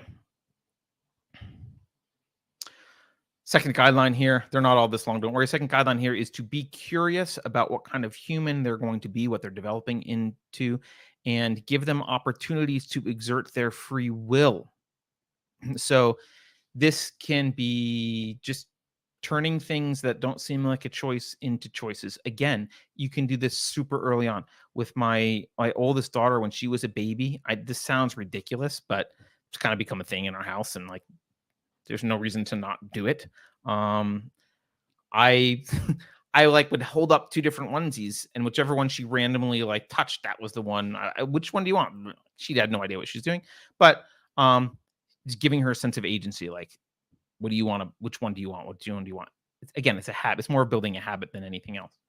But you can also give choices. Like those choices can become, do you want this for dinner or that for dinner? Now, obviously, there's an infinite amount of things you could have for dinner, but you can offer two choices, and they will feel like, oh, or maybe not every night, maybe on Wednesdays they get to choose or whatever. But they feel like they have some agency, that they get a say in what's going on in their life, when really you're limiting very severely what choices they can make. And that false limiting of choices, it works. It works all the way into the preteens usually. Eventually it falls apart, as it should, because eventually they're like, hey, there's a world of choices. Fine. You got to stop using it at that point.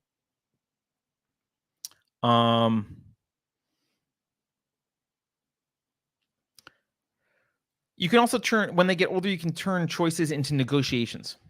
I'd like you to do this. You'd like to do that. Here are my reasons. I'm going to make an argument. You negotiate with kids. This requires, though, having good reasons for what you want. And if you, like I said earlier with the brushing teeth, if you don't have good reasons, if they win the argument legitimately, you need to concede. If you're lucky, maybe you can get away with postponing and like, we talk about this later. Like maybe you can do that, but you got to concede. When you lose, you got to concede. You have to show them that reason wins, not your will. You're not the dictator. You're the guide, and reason wins. And if they beat you in an argument, you must concede. It's just a battle. You're not losing the war. You go lick your wounds and figure out why the hell you lost an argument to a kid. That's your problem. But you got to concede. Otherwise, you're showing disregard for reason. You're showing that that the argument doesn't matter. Something else matters. Your will matters. Your emotions about it matter. Obviously, if they're asking you to do something you don't want to do, a good argument is like, I don't feel like it. All right. Third guidance here. Don't evaluate for them like CNN evaluates for you. You all hate it when Don Lemon is like, this is a good thing. Just report the freaking news. Stop telling me what it means. The most common thing here I see, especially with parents and young kids, is they use a lot of good jobs. Good job. Well done. Blah, blah, blah. I know that they mean well. I think it invites them to replace their own judgment with yours. You are projecting.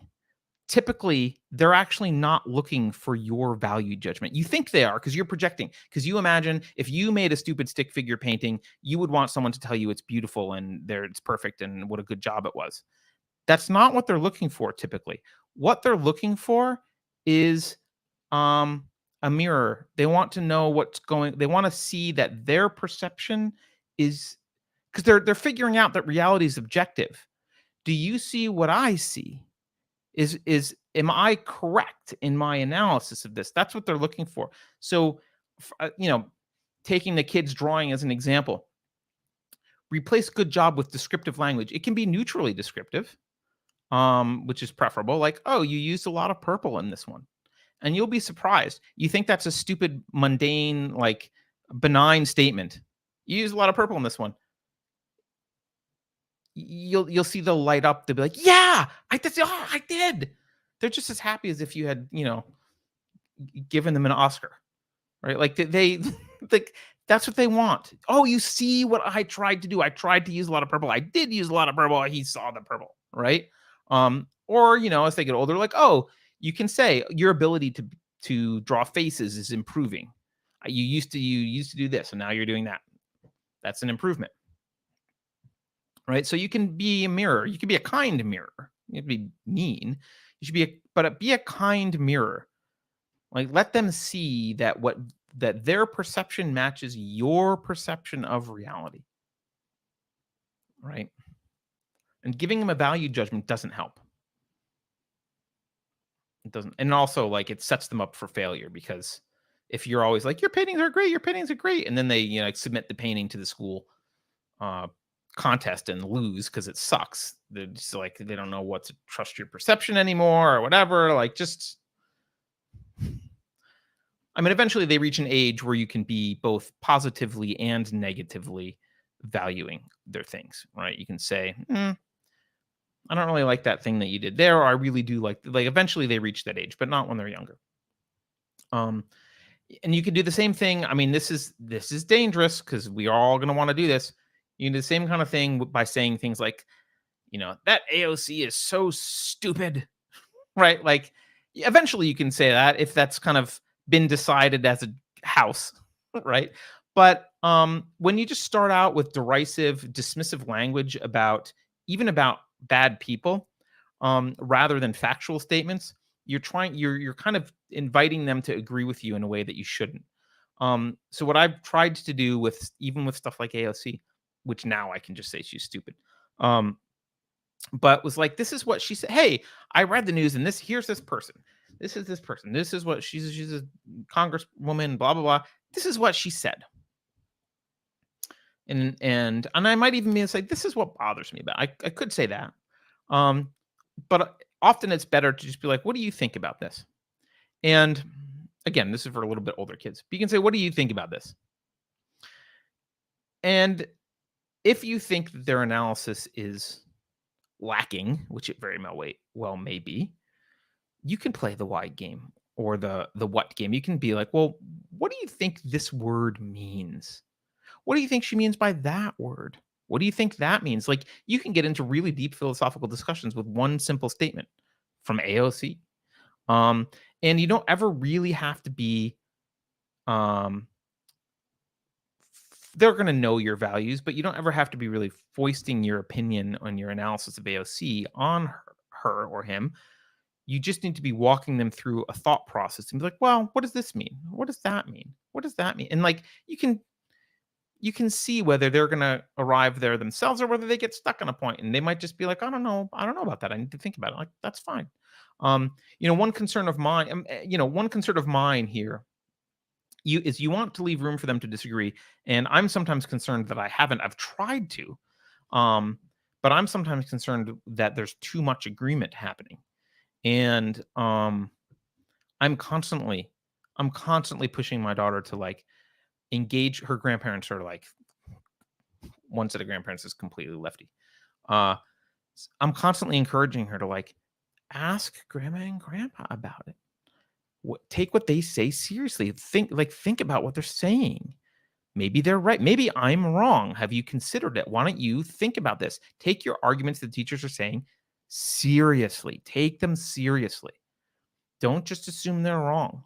Maybe I'm wrong. And like you can have a conversation about that because frankly, if I'm wrong, I want to know. So if she's able to go figure out why I'm wrong from something AOC said and bring it back to the dinner table and show that I'm wrong and I can't uh help her unpack it anymore to change her mind about it, then I should change my mind. Apparently AOC is right. So it's not a it's but again, you need to be more like Socrates. You're not debating, you're trying to draw it out of them. Um Richard Petz says again with the super chats, Richard. He's gonna fund my daughter's education. Well, she's not gonna go to college, probably. Maybe she will. I mean, she could. She just I don't. It's so tempting to just not send her to college. Evaluation of quality begins with self-criticism. Is this the best I can do? This leads to honesty for both oneself and to others. This is love. Right. Right. Right. All right. Another general principle: don't lie. This is an obvious one. Uh, you can say things like, if you're trying to hide something, like if she asks you about something you're uncomfortable with, you can say like, it's inappropriate. I don't want to talk about it. It's my private business. That's fine. But you don't have to lie. People don't like this, but I didn't even lie about Santa Claus. And people are like, oh, you took all the magic out of it. Blah, blah, blah, blah. We played Santa, like we had Santa Claus stuff.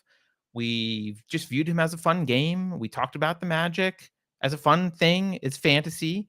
I think lamenting over the removal of magic as presented as real is an insult to the beauty of reality. I know other people will disagree with me on this one, but we actually love fantasy. We love making up stories. We, read a lot of fantasy. We did make up a lot of stories together when we were young, when she was young, and we just knew there were stories, right? In fact, the Santa Claus thing inspired her to make a whole separate character about, living on Saturn and blah blah blah, because she was like, oh, anyone, we can make up magical stories. That's cool.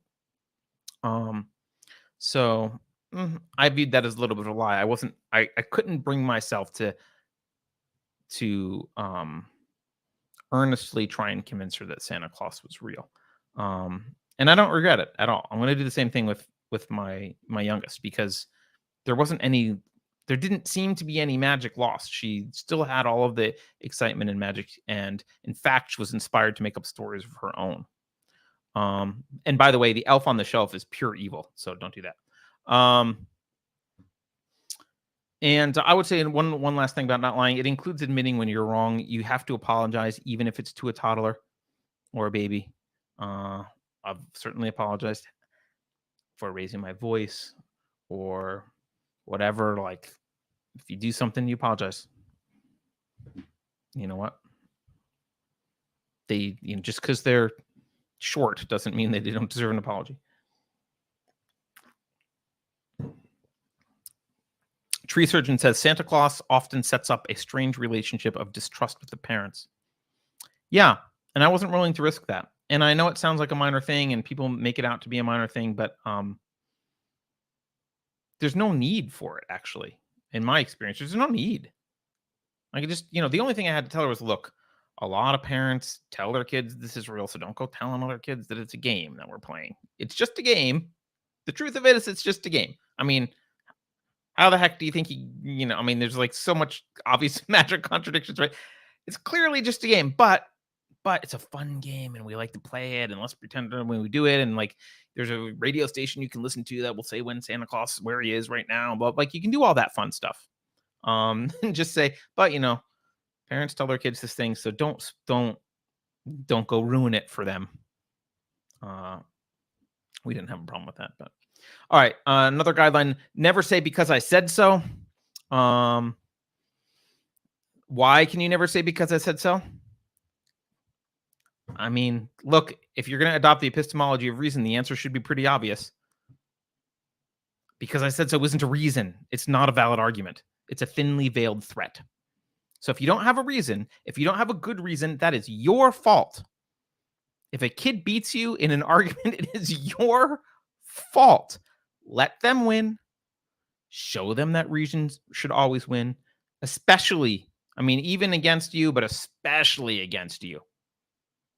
Now, again, if they want you to do something that involves, like, if they're asking you to do something, because I'm too tired to drive to the store is a reason. Like, I don't want to. I'm too tired. Like, but it's not a reason for why do you need to brush your teeth? Because I said so. Not a reason. Uh, Another guideline: get to really fall in love with answering why. Um, if you're a startup person, you've probably heard the 5 whys. 5 whys is a strategy to get to the root of any problem. Um, you just ask why 5 times in a row. Why is an amazing question. People get frustrated by it. Maybe it's just because they don't have patience. I don't know.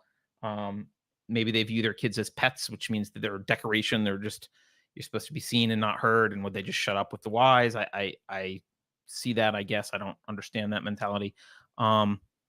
You can get to really, really, really, really interesting discussions very quickly if you take why seriously. Like, I remember getting from why are buses yellow to the Heisenberg uncertainty principle, like, very quickly. Um, and it, of it, like many of the whys, it ends with I don't know. Let's go look that up. I don't know. Right? Yay, the internet exists. So often often in the why game would end up with, like, let's Google search that. I don't know. Why did things, I mean, that's true with the physical world, right? Sometimes ethics, you can, there are things you can get to whys and well, you explain. But physical world stuff, it's super interesting. Kids are super curious. And the reason they're asking why is because they are inherently rational. They don't need to be taught to be rational. They are inherently rational. They're looking to see if the world makes sense, if the physical world makes sense, and other stuff. And they kind of expect it to make sense. So this is why they're asking why. Well, why does that work? Like, that's a why is a nice old uh almost axiomatic question, right? It's a good old cause and effect question. It's a great philosophical question. Take it seriously. It's also actually good with history. Um, I've found, you can do things through history. Like, well, what happened when X, Y, and Z was tried, or let's provide context. You learned this thing about history. Like, the leftist indoctrination in schools, by the way, largely relies on lack of context. That's typically when we're talking about history. It's just lack of context, right? So, yes, your teacher's right. There was slavery. Let's provide some context. It was in all history through all of time. Here are all the people who did slavery. Slavery is normal. We can look everywhere to see it. It's in the Bible. It's literally everywhere. Enlightenment ideas were used to defeat it finally, and Britain actually ended it for the most part. And by the way, thanks to Hillary Clinton, there's still an open slave trade market in Libya. Maybe throw that last part out, but you can have a context discussion, right? Yeah, there was child labor in the 19th century, and it was sad. What was it like for children before that? What percentage of them died on the farm? Compared to what is a great question that can go with why as you're guiding them when they're asking about something. Well, compared to what? Because it opens up this question of, like, well, what's the context? Compared to what? Because another thing leftists do is they compare everything to leftist utopia, and then they complain that it's not that, right? But a better question is, well, compared to what? Capitalism's got all these problems. Yeah, compared to what? Monarchy, communism. Go down the list. Better than all of them, right? It's a great opportunity, I think, to research about truth. The truth about history, the truth about, whatever narratives. Okay, another quick one. This is taking longer than I thought. Sorry. Another guideline here. Well, I'm on number 7. I'll try and speed up. Is just the recognition that broad ethics are actually pretty easy to teach using universalization. I talked about universalization already. What happened if we applied this in a broader context? Like, we just don't obey, we don't honor promises anymore, right? Broad ethics are pretty easy to do with universalization. Maybe not detailed ethics, but broadly, it's pretty easy. Don't hit. Would you like to live in a world where everyone run around hitting each other? If the answer to that is yes, by the way, that's also easy to combat. Oh, really? Let's count how many people are much bigger and meaner and psychopathic than you are. Do you still want to live in a world like that? Okay. Don't steal. You want to live in a world where people steal from each other. Oh, yeah, I want to live in that. If they say yes to that one, I will steal your favorite toy now. Right. So, yeah, that's pretty easy to do. With stuff like sharing is one that I think people like to talk about a lot. Sharing is not an ethical imperative.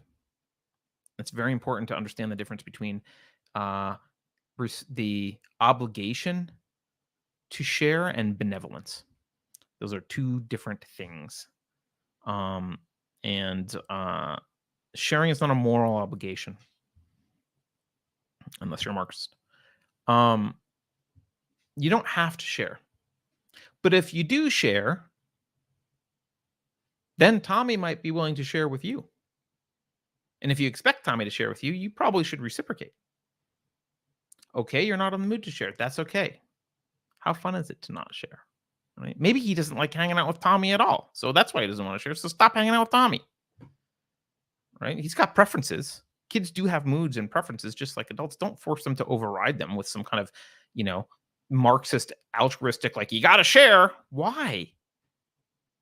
It can be nice to share, it can be benevolent to share, but if you're not feeling benevolent towards someone, you don't know what Tommy's like. You don't know why. Maybe there's a reason he doesn't like Tommy or doesn't want to share with Tommy. Maybe he's just in a grumpy mood and he needs to deal with his grumpy mood and deal with the consequences of not sharing and having Tommy shun him and, like, whatever. Let it happen. Maybe parents are embarrassed that their kid doesn't share. I don't know. Richard Petz again says the loss of innocence is both tragic and empowering, but necessary for truly becoming human. Yeah, I mean, I would say that this is kind of part of building that strength we were talking about, right? It's you can't be sheltered. You've got to fail. Failure is very important. Um, one related thing to the sharing stuff, I won't get into this too much, but you do want to train them to understand and rely on, or understand the value of their instincts. Again, not as ways to win arguments, but as tools that they can use, particularly for things like their personal safety. There's a book called Protecting the Gift by Gavin DeBecker. I highly recommend it. Maybe you should read The Gift of Fear first, which is also by Gavin DeBecker. That's for adults, but Protecting the Gift is about kids. But, we would play games. We still play these games. Like, you go into a store, have interactions, encourage your kid to have interactions actually with other adults. You go pay. Here's the money. You stand back, watch them pay. Encourage them to have interactions. And then afterwards, you can, how'd it go? And if you get weird vibes off of someone, you can have a conversation about that. That man, I didn't like that man. He seemed creepy. Oh, why? Why did he seem creepy?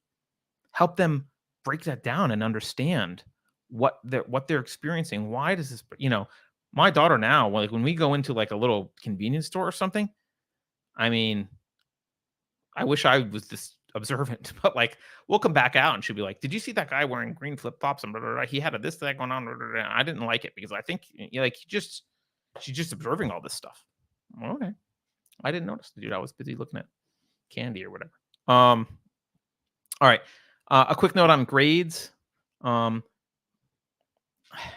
The primary purpose of school ought to be actual learning. We do live in a world where accreditation is possible. People value, or is important. People do value credentials. So there's a balance there. But one of my favorite Hemingway quotes with respect to growth and learning is he says, "There's nothing noble in being superior to your fellow man.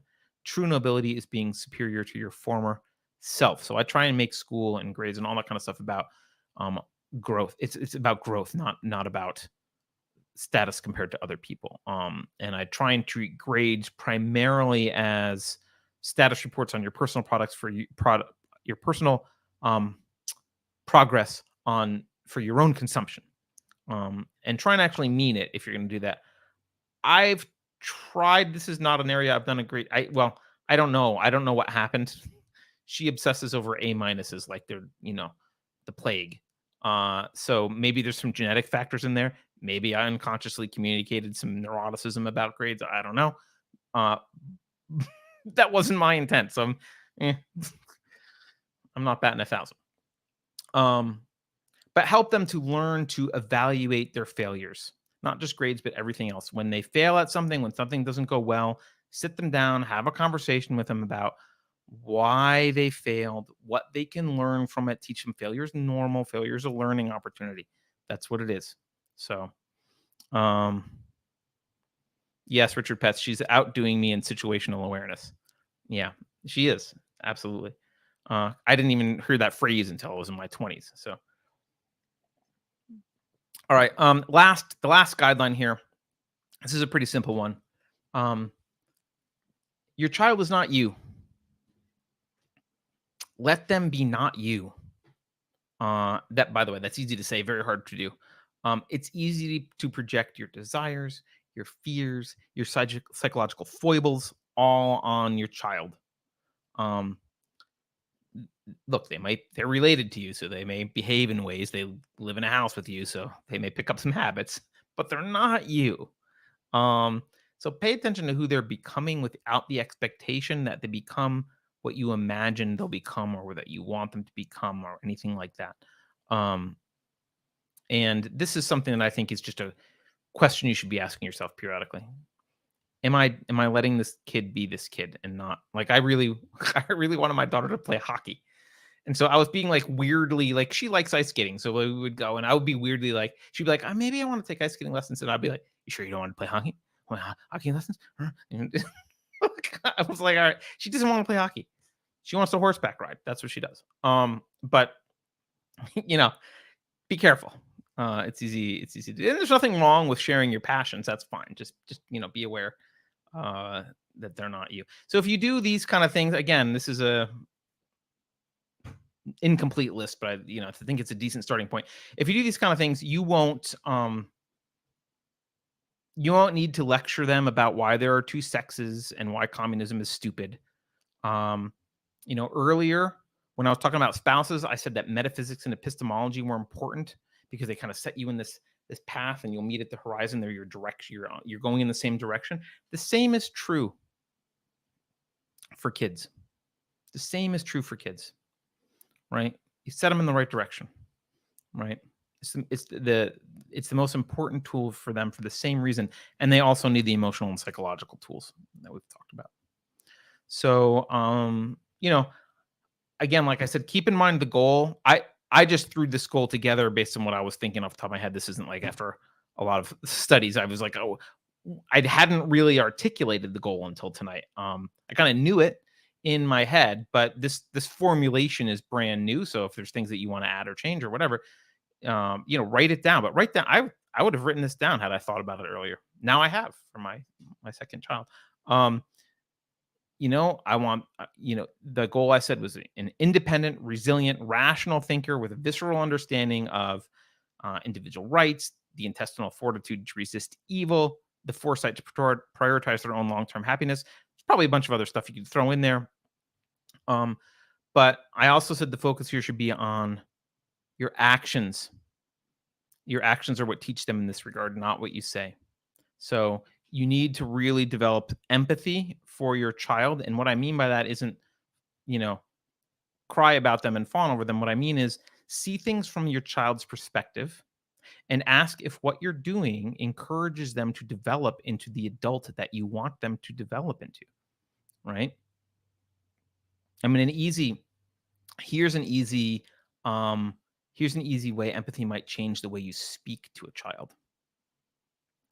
Imagine a 30-foot tall person towering over you and yelling at you. That's intimidating. That's what it's like for a kid, a little kid. 30 is a little bit high, maybe a 20-foot person, right? That's what it's like. This is why you see a lot of people who are good or at least know this skill for early childhood education. You see them squat down and look kids in the eye to have conversations. They don't have to raise their voice. They're on their level and they have a conversation with them. So, But that just comes from empathy. It comes from imagining like, oh, this was a Maria Montessori thing. I think imagine the kid's perspective of what's going on, and like, oh, there's a giant person yelling. That's scary. That's much different than the giant is like in my face talking gently to me. He's come down to my level. He's using a calm voice. And sometimes I've said to my daughter when she's upset with me, this is just a thing to keep in mind. I've said to her, and she knows this, I care more about what your 30-year-old self thinks of my parenting than what you think today. Like that's my goal isn't to please you. It's to please your adult self. I want her to look back and go, yep, I'm glad he did all those things. So that's kind of one way to keep that in mind from a long term. So trust that your child has the natural capacity to be the person that you think they can be. Trust that your conclusions are correct. Paranoia about making sure that they agree with you is a sign that you're unsure that you've reached the right conclusion. Because if you're sure you've reached the right conclusion and you've armed them with the tools to think, you must view their agreement as inevitable eventually. And if you're paranoid about that and you feel like oh my God, I can't expose them to this. I mean, obviously you don't want to expose things to kids when they're too young, and you don't want to send them to indoctrination camp intentionally, but you can't hide all that stuff from them. And if you're paranoid about having to lecture them all the time about the right way this, and the right way that, the lectures aren't going to work. And it's an indication that you're unsure of your own conclusions.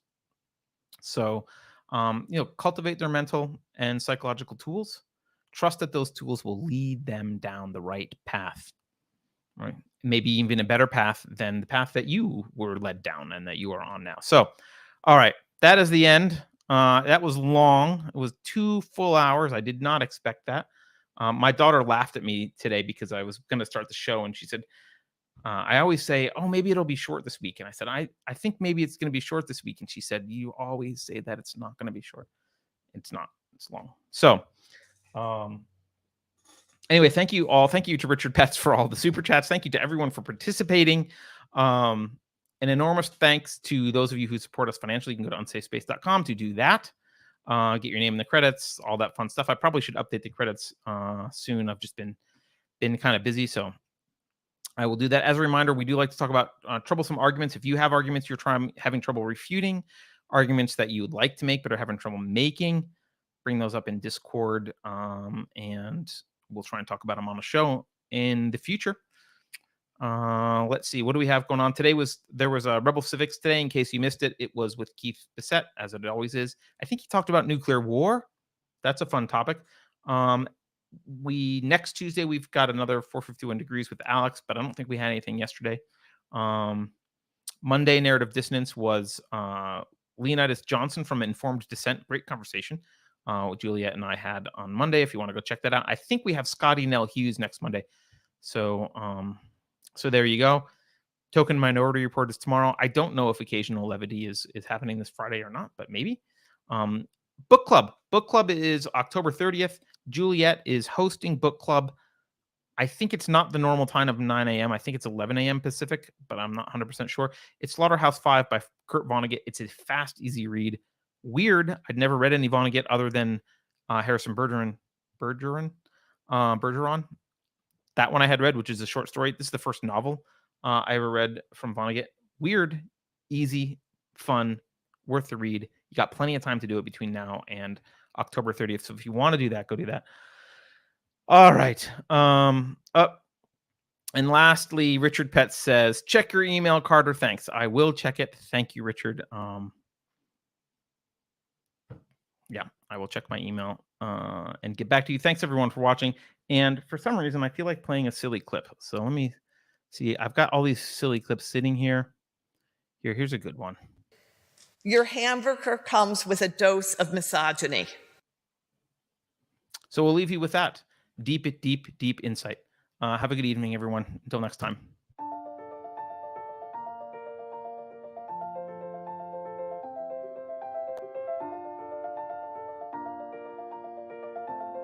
Thanks for sticking around until the end.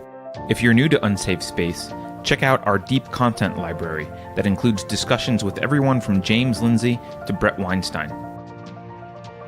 And please consider helping to fund our work by visiting unsafespace.com/donate. You can find us on a variety of social media platforms, and you can find a community of like-minded individuals on our Unsafe Space Discord server, which is open to financial supporters at any level. We hope to see you there. Warning. This is an unsafe space. Dangerous ideas have been detected. It would be better for your health if you forgot what you just heard. That should be easy for someone of your intelligence. The following co-conspirators are hereby ordered to watch CNN. Experts agree that 87,000 new tax collectors will make inflation feel like less of a problem.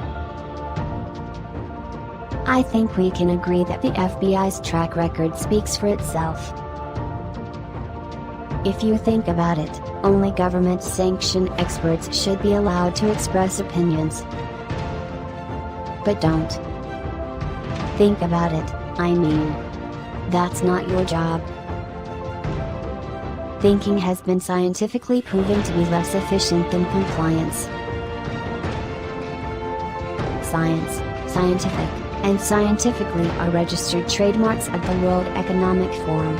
Unauthorized use is prohibited. Computer voice courtesy. Never mind, that last line is fake news. Please disregard it and return to your safe space immediately. There will be cake. See, this article says that most people die in their beds. I figure as long as I stay out of bed, I'm safe.